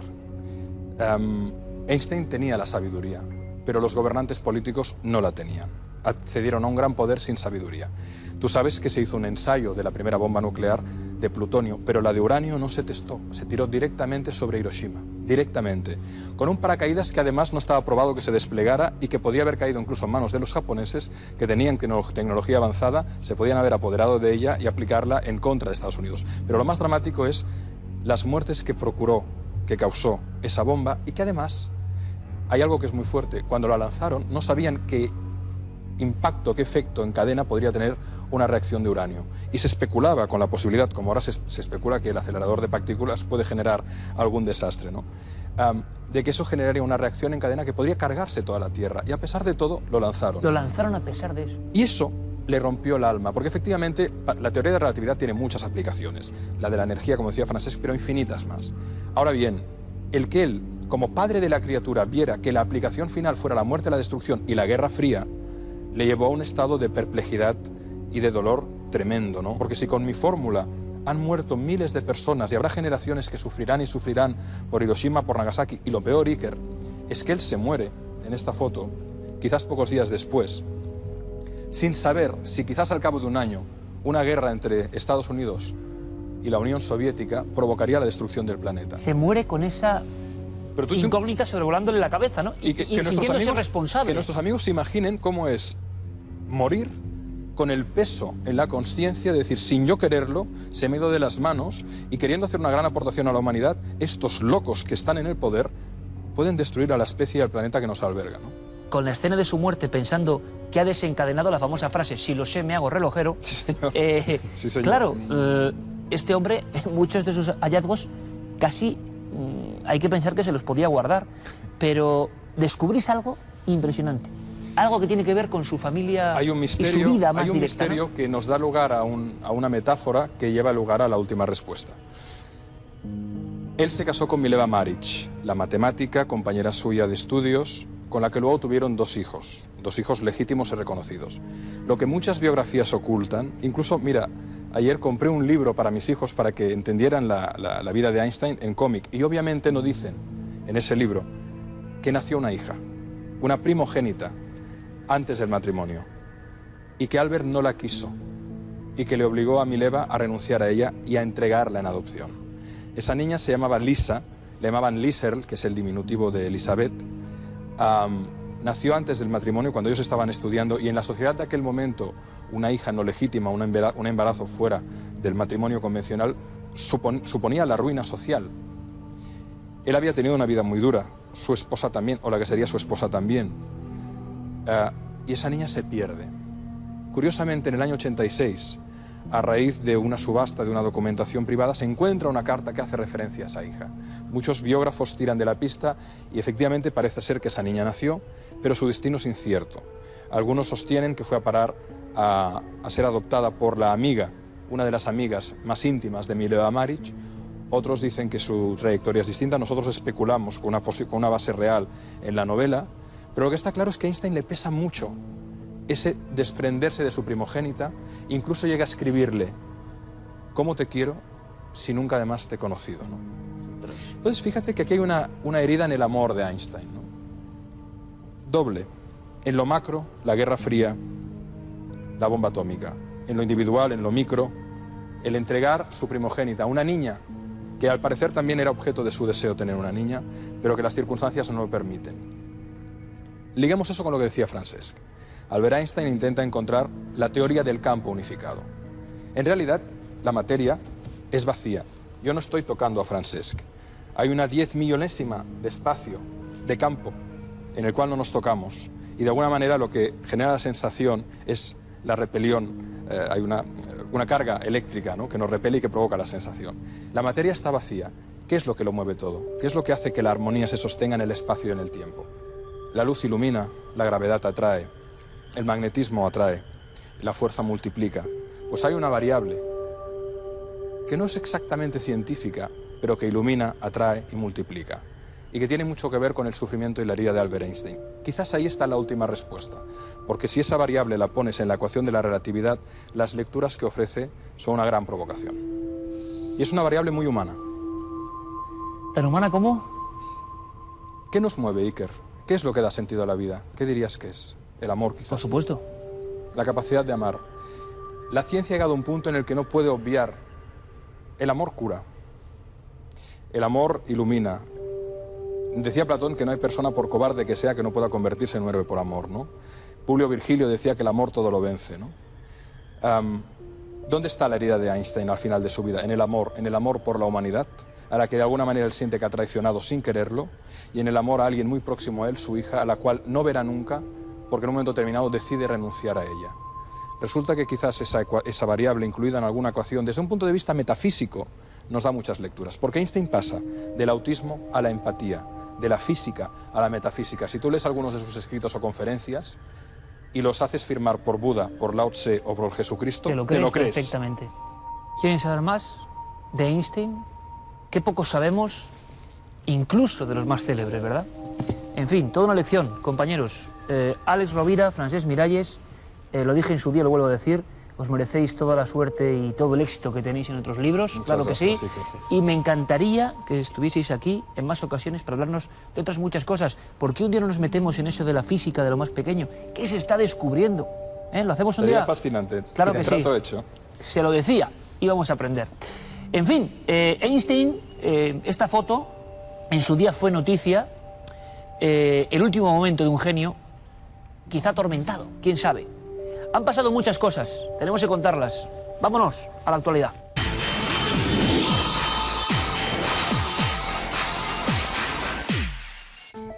Y para comenzar nuestro repaso semanal, una imagen de impacto. Yo recuerdo que hace no mucho tiempo daba una conferencia sobre los orígenes del miedo en el Círculo de Bellas Artes en Madrid y sabía que al poner en la gran pantalla a este dios la gente iba a dar un respingo, y así ocurrió, porque pocas cosas tan terroríficas como Xipe-Totec. Pues una escultura de este dios de la época tolteca se ha hallado ahora cerca de la zona arqueológica de Tula. Xipe-Totec significa en náhuatl Nuestro Señor el Desollado y representa a un individuo de pie con sandalias y taparrabo, cabellera larga y orificios en las orejas. Tiene una textura granulosa en todo el cuerpo que simboliza el estado de putrefacción de la piel. Junto a la escultura, que mide 85 centímetros y está hecha en cerámica, se han encontrado 4 entierros humanos con restos óseos y 2 ofrendas del siglo X. La figura fue hallada en buen estado de conservación y se encontraba tumbado a los pies de los restos de una escalinata que en la época prehispánica formó parte de una casa habitación. En muchas ocasiones, en las representaciones más antiguas, a Xipe-Totec se le creaba o ideaba con la piel de un desollado encima, como un traje, como un antifaz. Ahora hablamos de otro tipo de piel, polémica porque pertenece a un cuerpo incorrupto. Nos vamos al convento sevillano de Santa Inés. Allí hace unos días se mostraba el cuerpo incorrupto de doña María Coronel. Doña María Coronel, según cuenta la leyenda, después de la muerte de su esposo Juan de la Cerda, decidió pasar el resto de su vida en un convento. A pesar de ello, el rey Pedro I, el cruel, enamorado de su belleza, quiso mantener relaciones con ella. Cansada ya de que el monarca la acosase, doña María se arrojó aceite hirviendo a la cara en la cocina del convento, quedando así totalmente desfigurado su rostro. En 1374 fundó el convento de Santa Inés, convirtiéndose en la primera madre abadesa. Allí falleció a los 73 años. Desde entonces, su cuerpo se mantiene incorrupto. Esas historias escalofriantes intramuros, ¿no?, de muchos conventos y monasterios que darían para más de una novela, desde luego. Y ahora vamos con un conjunto escultórico, quizá de los más célebres del planeta. Nos vamos hasta Chile, donde se está mostrando una exposición que reúne 123 valiosos objetos de las dinastías Qin y Han, que incluyen los míticos guerreros de terracota. La antigua China y el ejército de terracota es el nombre de la muestra, que permanecerá abierta hasta el próximo 30 de abril. Según la historia, este ejército es una forma de arte funerario enterrado con el emperador Qin en el año 210 a.C. Se cree que su propósito era el de ayudar a crear otro imperio en el más allá, por lo que se encuentran guerreros, carrozas, caballos, oficiales, acróbatas e incluso músicos. Los hallazgos fueron encontrados en 20.000 metros cuadrados, un espacio suficiente para albergar cerca de 8.000 soldados, 520 caballos y 130 carruajes. Y ahora 3 flashes de esos que llaman la atención, para bien o para mal, mundo insólito.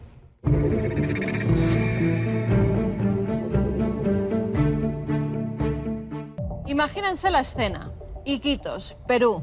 Las calles tranquilas y de repente un hombre que sale completamente desnudo de un hotel. Es Cuquín, así le llaman, un centrocampista del Colegio Nacional de Iquitos, un equipo de fútbol de allí. Sale despavorido, la policía lo coge y dice que hace así. Dice que se le ha aparecido un fantasma en la habitación de su hotel, que estaba tranquilamente durmiendo cuando vio que se encendía la luz del baño y que se abrían los grifos. Entonces se dibujó una silueta blanquecina y femenina. Y él, tal como estaba durmiendo, completamente desnudo, pues así salió a la calle, a pedir auxilio. Tal vez el centrocampista lo que tomó es mucha cerveza, pero no creo que de esta. Fíjense, es una nueva cerveza, Sapporo, es la marca. Está comercializada en Japón y se vende tan solo a través de internet. ¿Qué tiene de insólito? Pues que está realizada con la primera cebada cultivada en el espacio, en la Estación Internacional. Tan solo hay 1.500 botellas, a 12 euros cada una. Dicen que es de un color negruzco, tal como el espacio, de donde viene. Y si no han estado nunca en Pompeya, esa ciudad que quedó asolada por las cenizas del Vesubio, podrán estarlo gracias a un programa informático. La tecnología es lo que tiene, que a veces nos lleva a lugares a los que no podemos acceder. Pues en este caso podrá callejear por esas calles empedradas, podrá ver los murales, las pinturas al fresco que hay allí. Todo gracias a un programa, apúntenlo, Google Street View. Le llevará a sitios insólitos. Y es curioso, pero mucha gente puede pensar que algunos de los temas más de moda en el misterio son de ahora. Las conspiraciones, la sensación de que alguien domina la información y nos la oculta. Esto viene desde mucho tiempo. Y en la hemeroteca lo vamos a comprobar.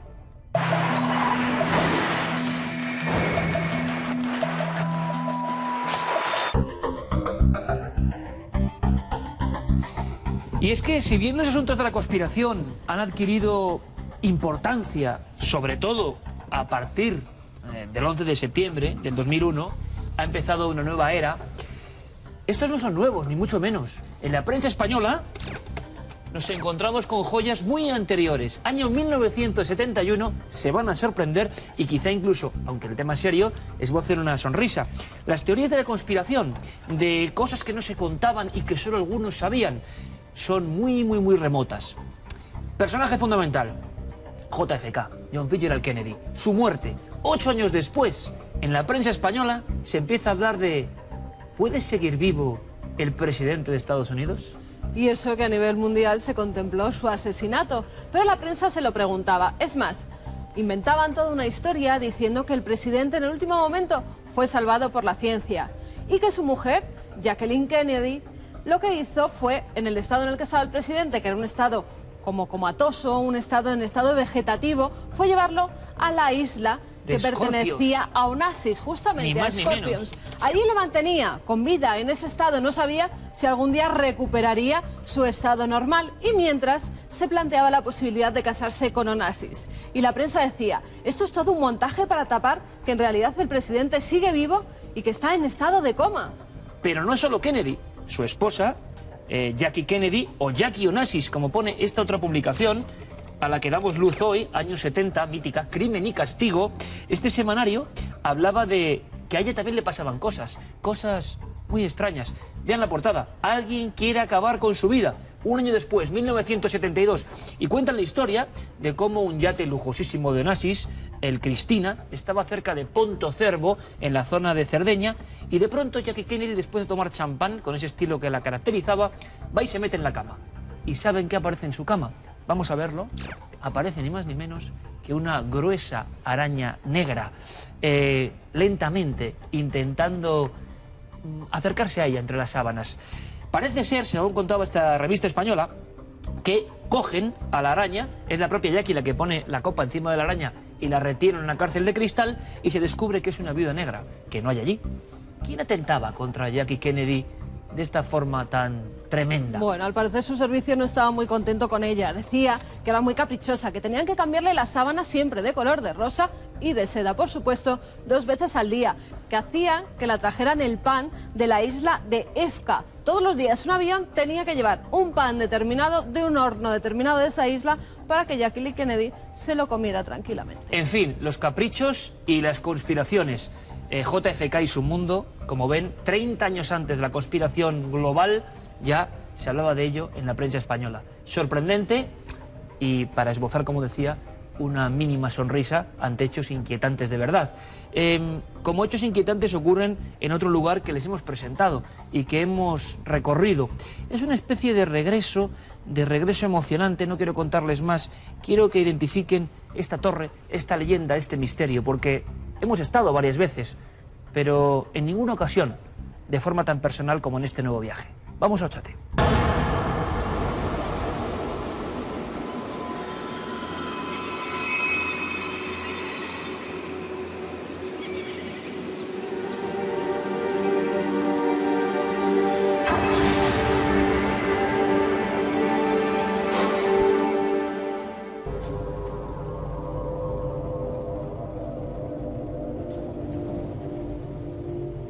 Tenía una gran curiosidad en comprobar cómo captaría la visión nocturna de la minicámara la extraña paz de esa aldea muerta que ustedes ya bien conocen, Ochate, porque hemos hablado en algunas ocasiones de este pueblo de los misterios.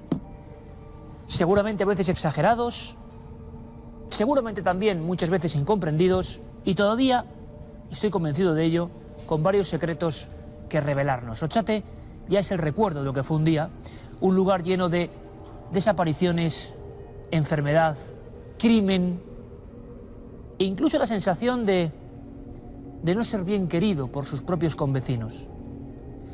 Les voy a contar el porqué de este viaje que ahora iniciamos.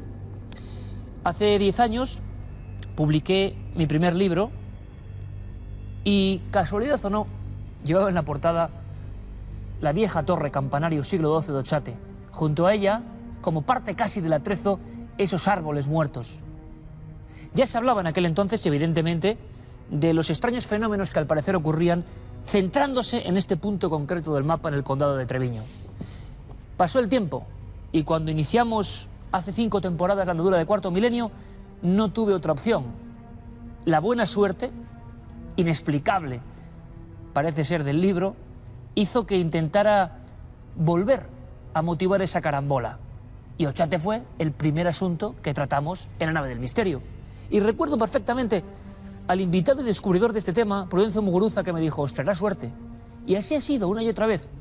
Ochate, a pesar de su negra historia, nos ha traído suerte. Por eso yo quería regresar, una década después, de una forma distinta, e invitarles a que vean las entrañas de esta aldea de otra forma, a que en la soledad, la oscuridad y las piedras, y también el agua y los rumores de la noche, descubramos algunas cosas que habitualmente no se cuentan.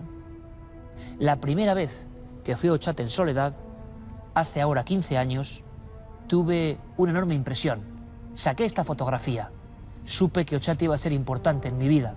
No sé qué pasó allí, pero esto es una certeza. Ha sido importante en la vida de toda esta aventura de la nave del misterio. Así que vayamos allí. Yo creo que va a merecer la pena. La visión de la cámara es distinta y eso tienen que verlo. Este lugar tiene un silencio muy especial. Estamos en el condado de Treviño, en plena noche, cerca de Ochate. Un día del verano de 1981, el trabajador de la caja de ahorros Prudencio Muguruza se acercaba a la zona del condado de Treviño, donde ahora me encuentro, y fotografiaba, casi de casualidad, un inmenso globo luminoso que descendía exactamente sobre el poblado de Ochate. Aquella imagen se convirtió de inmediato en el ovni de Treviño, un reclamo tremendo para investigadores, curiosos, y llegó incluso a ser portada de varios medios de difusión nacional. Fue Muguruza, poco a poco, de forma casi artesanal, quien recuperó testimonios antiguos. Resulta que en Ochate había leyendas muy remotas que hablaban de un pueblo desaparecido por 3 epidemias. Lo primero que se encuentra el viajero cuando llega aquí es este río que ha sido tantas veces cruzado por los amantes del misterio. El río suena en dirección a Ochate, con lo cual resulta extraño porque no era un pueblo, no era una aldea esencialmente diferente de las demás. Tenía suministro de agua, pero se quedó al margen por completo. Ni San Vicentejo, ni Ajarte, ni Miruri, ni Aguillo, ninguno de los pueblos próximos desaparecieron. Y Ochate sí. ¿Por qué? Ya estamos en la zona del barranco. A ver si localizamos la torre.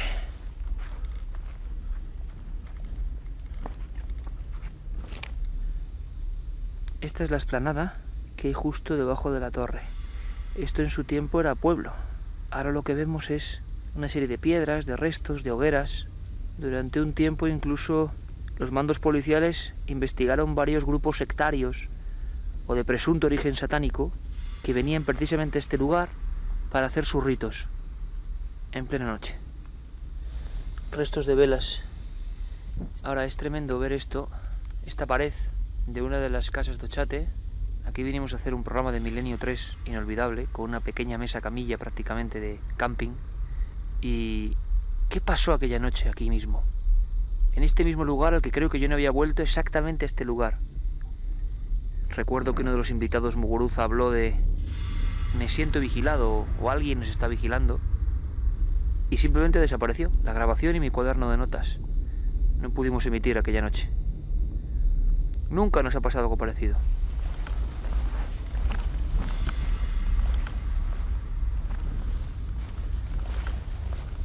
Esta es la casa del crimen. La llamada casa del crimen de Ochate, donde un pastor masacró a otro para darle muerte por una serie de venganzas o de extraños problemas mentales, y cómo la vegetación va reduciendo lo que fue Ochate a la nada.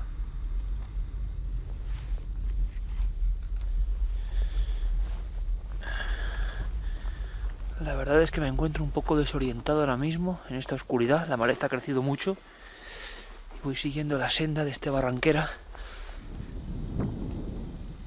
He estado muchas veces en Ochate, pero en pocas la figura de la torre me había parecido tan fantasmagórica. ¿Qué habrá visto la torre de Ochate a lo largo de casi 1000 años?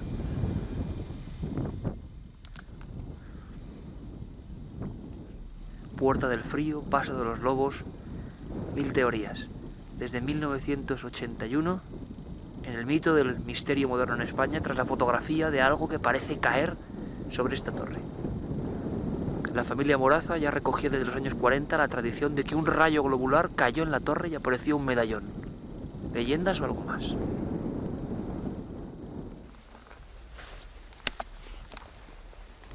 Este es el interior de la torre de Ochate. Sobre esta misma balda, sobre este mismo madero, aquí mismo se obtienen 2 grabaciones psicofónicas. La primera era que hacen la puerta cerrada y después la voz de una niña, Pándora.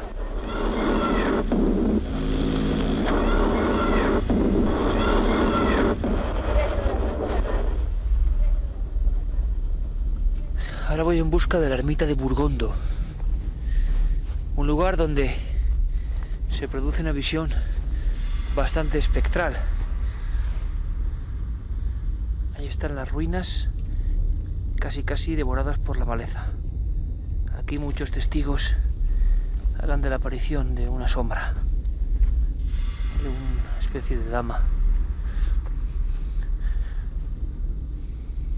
El centro espiritual instalado precisamente aquí junto a Ochate, y que ha corrido su misma suerte, el abandono absoluto. Las investigaciones de buscadores de misterios y cronistas de esta zona, como Enrique Chazarra o Julio Corral, dieron a conocer al gran público una información muy valiosa. En esta misma ermita, y concretamente en esa posición, ahí, y sobre todo ahí, en lo que era un antiguo y hoy fantasmagórico campanario, había una serie de piedras grabadas. Por fortuna se han podido recuperar en viejas fotografías, pero eran ídolos muy extraños, por lo menos para el común de los mortales, para los no iniciados. Todo este campanario estaba labrado, con signos, en mitad de la nada, en este monte. Voy a acercarme, pero ¿quién ha hecho esta especie de altar y para qué? Pero alguien lo ha colocado así, en vertical, por algo. Puede ser perfectamente el siglo XI-XII. reutilizan como un altar. Hay quien asocia la aparición milagrosa del medallón después de una tormenta en este poblado de Ochate, cuando Víctor Moraz, año 47, encuentra, después, como si fuera un mensaje, esa reliquia. ¿Qué ocurrió? Que la fe se incrementó en una aparición de la Virgen labrada, en una especie de nácar, y todo el mundo lo dio como un milagro. En los pueblos cercanos se reavivó desde el año 47 la fe, después de esa luminaria que cayó del cielo. Desde luego, se ve que en el siglo XII el tamaño de las personas difiere mucho de lo actual. Las pequeñas puertas nos dan acceso ¿a qué? Bueno, lo primero que encontramos son pintadas y, como no podía faltar, una alusión a un pentáculo, pero lo que sí sorprende es que es un pentáculo con las dos puntas hacia abajo, una hacia arriba, y una especie de signos que tienen que ver con el macho cabrío, evidentemente. ¿Por qué en la ermita de Burgondo, un lugar cristiano, está esto ahora? ¿Son simples pintadas de personas aficionadas o este pentáculo demuestra algún conocimiento? No da buena sensación este pentáculo, no me gusta, no sé qué hace aquí. Ahí está la estructura de la ermita de Burgondo. Incluso, mira, podemos ver uno de los últimos habitantes de Burgondo, y lo tenemos. Un pájaro encerrado aquí. En la oscuridad no es fácil avanzar. He dejado una pequeña linterna de luz química para guiarme por si acaso las pilas de las linternas no eran suficiente. Hemos dejado aquí esta especie de marca luminosa para poder hacer bien el regreso. Estoy intentando ubicar las tumbas antropomórficas, pero la verdad es que me ha alcanzado la oscuridad de tal forma que es muy difícil encontrarlas. Y en mitad de la oscuridad una sorpresa.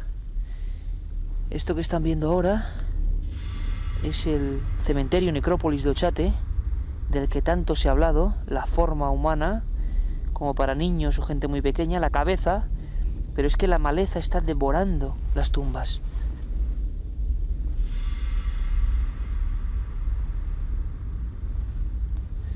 Voy a continuar por este lado, un poco más adelante, prácticamente a unos 10 metros, surgen de nuevo otras hileras de tumbas. Vamos a ver si podemos apreciarlo mejor.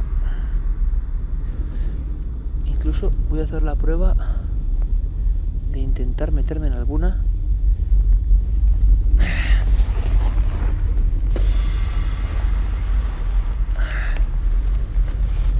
Ahora mismo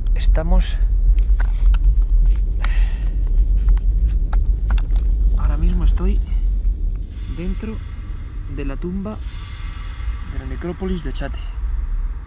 Mi cabeza está flanqueada por la forma del cráneo, yo creo que lo están viendo perfectamente, que se adapta a la parte superior del cuerpo. Luego vamos bajando, vamos bajando. Mis pies cuelgan porque, claro, yo tengo una mayor medida que la gente de la época, la que venía a enterrarse aquí. Se ha hablado mucho de este cementerio, pero aquí está la prueba. Incluso alguna gente, es curioso lo que es la vida, me decían que no existían las tumbas de Ochate. Aquí las tenemos. Un cementerio, necrópolis, con más de 1000 años, uno de los testimonios más antiguos de Ochate.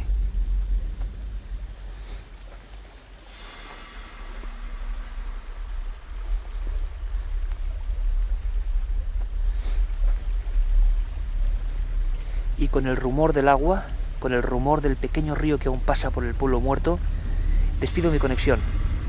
Despido de alguna forma mi regreso a Ochate, 10 años después de que fuese portada de mi primer libro. Un homenaje y un agradecimiento.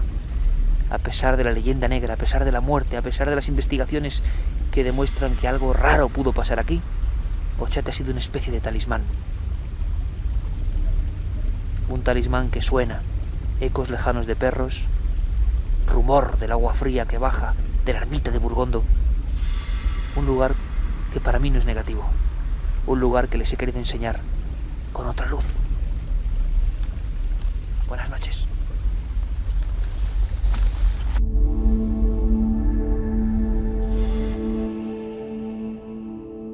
Espero que hayan disfrutado del paseo nocturno por Ochate, un paseo distinto. Mi pretensión no era aportar nuevos datos sobre una historia que creo bien conocen, sino comprobar un poco el latido de esta aldea muerta. Este pueblo que sabe guardar muy bien sus secretos y que quizá no deje que se revelen nunca al profano, al investigador, por mucha curiosidad que tengamos. Nos hemos hecho tantas preguntas, hemos pasado tantas noches allí, hemos lanzado tantas cuestiones intentando buscar una respuesta y al final parece que todo se queda allí. Pero ante todo el agradecimiento. Ochate ha sido siempre un emblema, casi un tótem, que ha traído a este equipo muy buena suerte. Una década después de ese libro hay que estar agradecidos, claro que sí. Pero no seríamos nosotros sin ofrecer más cosas. ¿Más cosas en torno a Ochate? No, más cosas en torno a otros pueblos abandonados, lejanos en el mapa. Nos vamos ni más ni menos que a miles de kilómetros hacia las costas turcas. ¿Y para encontrarnos con qué? Catacumbas, historias de piratas, historias de muertos vivos, ciudades sumergidas, un sinfín de cuestiones que se concentran en una zona que ahora empieza a ser descubierta por el gran público, pero que durante siglos ha estado prácticamente abandonada a su suerte. El Mare Nostrum, de otra forma, Juan G. Vallejo fue nuestro enviado especial.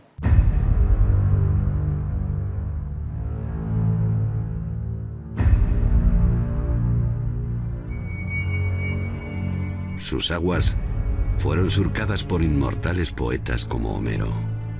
Su eterno azul fue escenario de cruentas batallas como la que hizo sucumbir la mítica Troya. Muchas civilizaciones, durante milenios, se disputaron sus costas, pues en ellas se guardaban la mayor parte de las riquezas que albergaba el mundo antiguo. Pero él ha sobrevivido a la codicia de los hombres, escondiendo todavía 1000 tesoros vedados a los mortales.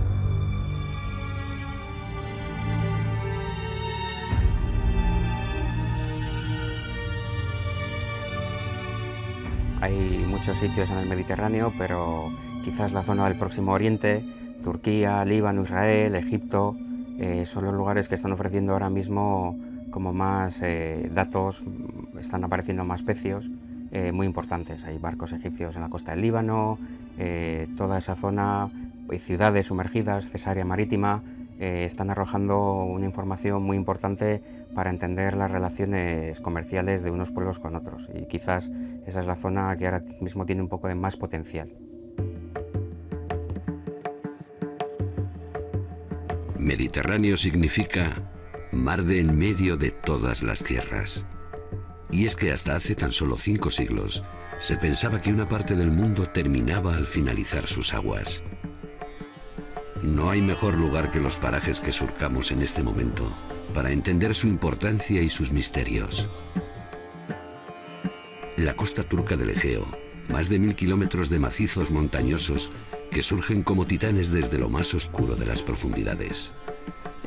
Aquí se desarrolló hace 3000 años parte de la cultura helena, cuyo legado podemos contemplar como un rosario de fabulosas ruinas repartidas a lo largo de sus escarpadas bahías.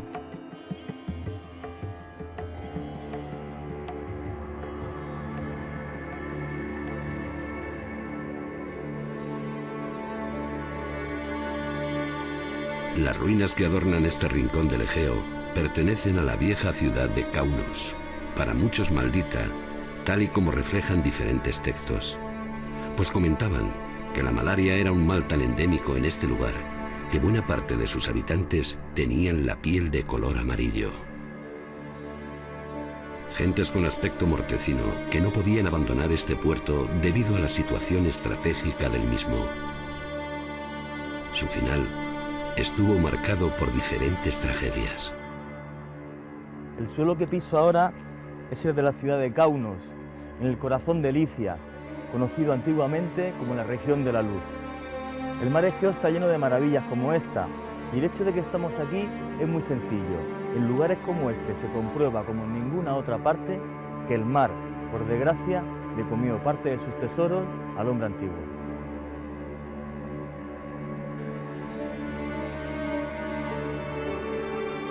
Nuestro recorrido nos interna cada vez más en la desconocida Licia, la antigua región de la luz, donde podemos contemplar algunas de las tumbas helenas más espectaculares que existen en el mundo antiguo. Reyes y nobles mandaban construir mausoleos encaramados en lo más alto de montañas escarpadas o directamente en acantilados, como estas que podemos ver desde las orillas del río Palián. Miradores de excepción para cadáveres a los que gustaba contemplar la puesta del sol desde su particular refugio para la eternidad.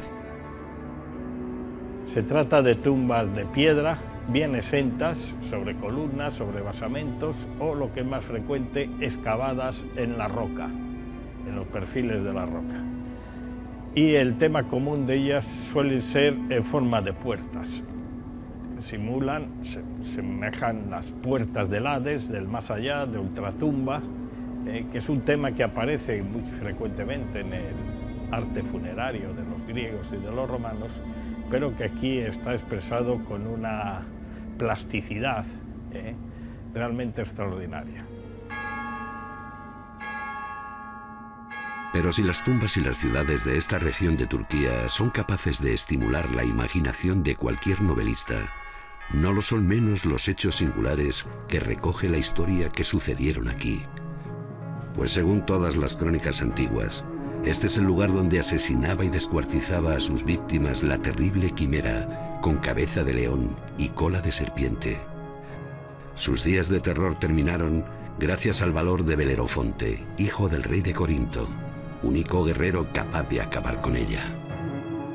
Siempre se trata de animales mixtos con elementos humanos y elementos animales, que son mensajeros de los dioses, que hacen de intermediarios entre el cielo y la tierra, entre ultratumba, entre los infiernos y la superficie de la tierra, y que igual que después ocurrirá en el mundo cristiano con los ángeles, son animales psicopompos, son portadores de las almas de los difuntos hacia la otra vida.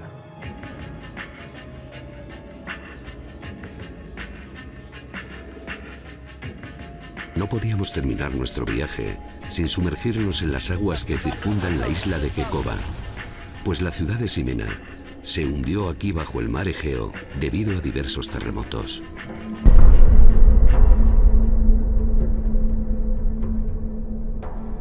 Su historia y sus secretos permanecen prácticamente intactos, una demostración de que en diferentes puntos del Mediterráneo se esconden infinidad de tesoros que no han visto todavía la luz.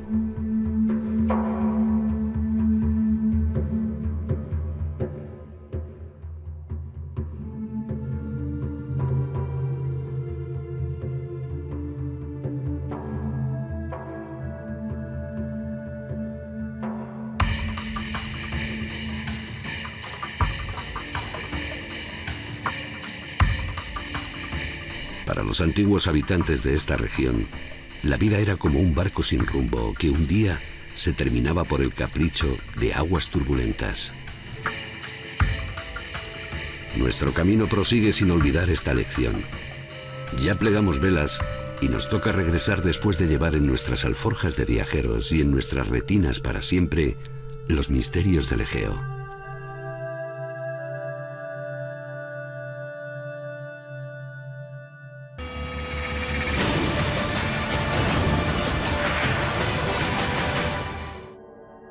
Aislamiento, angustia, un lugar bastante oscuro. Yo no sé qué cárcel será esta, o qué prisión, o qué fortaleza. Es un cortijo. Es un cortijo. El cortijo de los asombros. Es que en parece, Priego, en Córdoba. Parece, en fin, un lugar de reclusión mayor, con esa verja. Santiago Jiménez Lozano nos enviaba esta fotografía, incluso nos contaba la historia o leyenda que se dice que toda una familia se ahorcó precisamente en este cortijo. Vaya. Vamos, si quieres saber, y aquí sí que voy a hacer Leyenda o bastante realidad. zoom.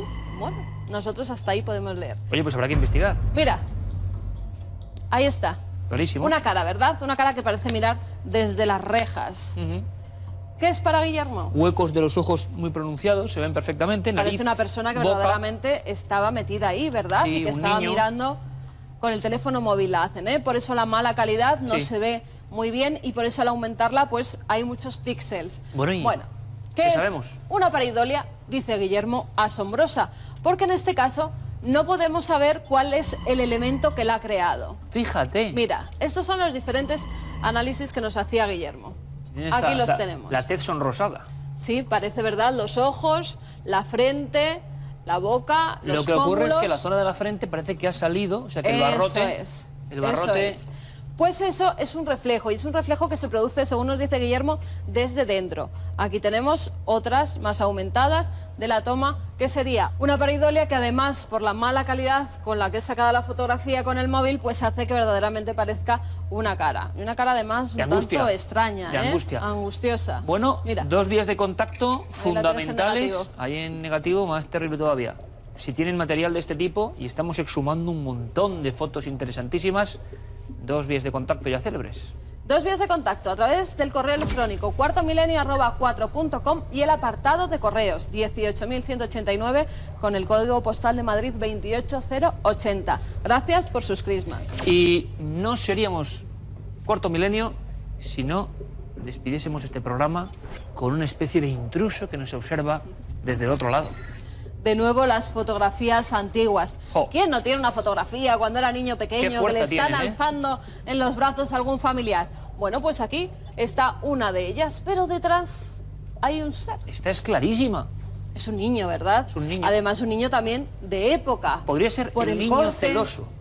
El niño celoso Sí, que de están su hermano. cogiendo Sí. al pequeñito y a Y él que pone ya una no. cara un poco de circunstancias, ¿no? Mira, mira, ahí lo tenemos. Además, niño antiguo también, ¿eh? Peinado a tazón. ¿Verdad? Sí, sí. Parece igual, que la traza es prácticamente la misma. ¿Y? Vamos a ver. Vamos a ver otras tomas. Fíjate. Ahí lo tenemos. Incluso creo que está cambiado de tonalidades, en negativo. Pero hay una cosa que se les ha escapado. Aquí nos enviaba esta fotografía que eran Sweetie y Roxy, así se hacían llamar. Y es que los programas informáticos de hoy en día detectan enseguida que ha habido trazas con un programa informático. Sí, esa especie como de Que ha depurado de la línea, ¿no? habido recortes de una fotografía Vaya, que puede ser de otro familiar, también de la misma época más o menos, y entonces muy bien puesta, porque parece que no quiere decir nada y que no se ve, pues ha sido puesta ahí. Truco fotográfico. A Guillermo León no se le escapa una. En fin, que parece que nos quieren poner a prueba, pero yo creo que casi un 90% de las imágenes Guillermo León logra resolverlas. Es nuestra misión. Y hablando de este tipo de cosas, más o menos raras, ¿no te da la impresión en ocasiones que los libros se le aparecen a uno para dar su mensaje en el momento exacto? Sí, además parece que cuando estás realizando una investigación y todo se pone negro, todo se cierra, en el momento oportuno aparece uno de esos libros que Se buscas. cruzan estos libros milagrosos. Sí. De eso vamos a hablar.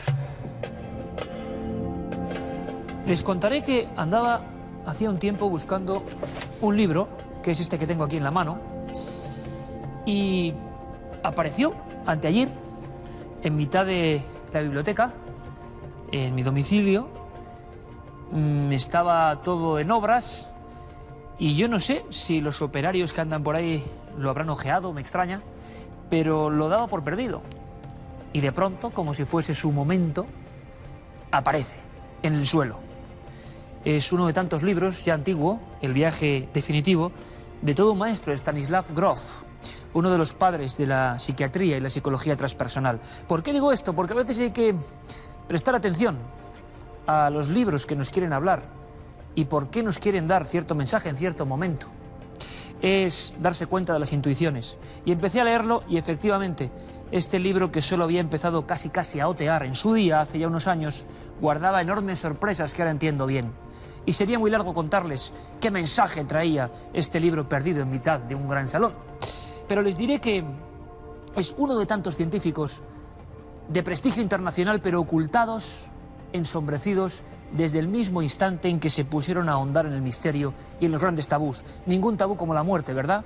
Grof, y sería mucho resumirles, tiene un inicio brutal de su ensayo, diciendo algo que es muy comprensible y que seguro muchos de ustedes van a entender. En esta época actual, donde la ciencia ha desterrado cualquier tipo de espiritualidad, la espiritualidad se ha quedado para reductos que son mirados por encima del hombro o incluso comparados con enfermedades mentales. La muerte, por lo tanto, del hombre hoy en día, de cualquier persona que está ante ese trance, incluso para los familiares, se convierte en un auténtico drama. Un auténtico drama porque no sabemos qué sentido darle a la derrota final del cuerpo. Como hemos reducido todo a pura materia, morir significa la gran derrota. ¿Por qué esto es así ahora y nunca ha sido así antes? Todas las culturas, desde las prehistóricas, los etruscos, los micénicos, los aztecas, cualquier cultura más o menos evolucionada pensaba en la muerte como un tránsito hacia otro lugar. La gente moría muchas veces acompañados de consejeros espirituales. Sabían perfectamente que había un mapa del más allá. Había un sentido por el que morir. Seguía nuestra aventura. Habría peligros que incluso sopesar y enfrentarse a ellos, pero todo tenía una auténtica misión. Esa misión se ha perdido por completo. Tememos a la muerte, somos solo materia, la conciencia, el alma, si es que existe, son cosas espúreas, y los científicos, que son los que dominan el mundo, esta racionalidad ha apartado cualquier concepto espiritual. Está todo muy bien. Ahora la gran pregunta, para la persona que está a punto de morir, ¿no sería necesario un poco de espiritualidad? Incluso las grandes religiones han perdido su auténtica conexión real. Mucha gente se dice religiosa, pero en el fondo no lo cree. Los antiguos lo creían, y por eso, cuando estaban delante de ese viaje definitivo, la inmensa mayoría no tenían ningún temor. ¿Qué hemos hecho para despojar a la muerte de su auténtico sentido? ¿No habría que reflexionar sobre esto? ¿No habría que pensar que los antiguos tenían algún consejo que hemos olvidado en este horrible tiempo de las materias? Reflexionen. Hasta la próxima semana, amigos.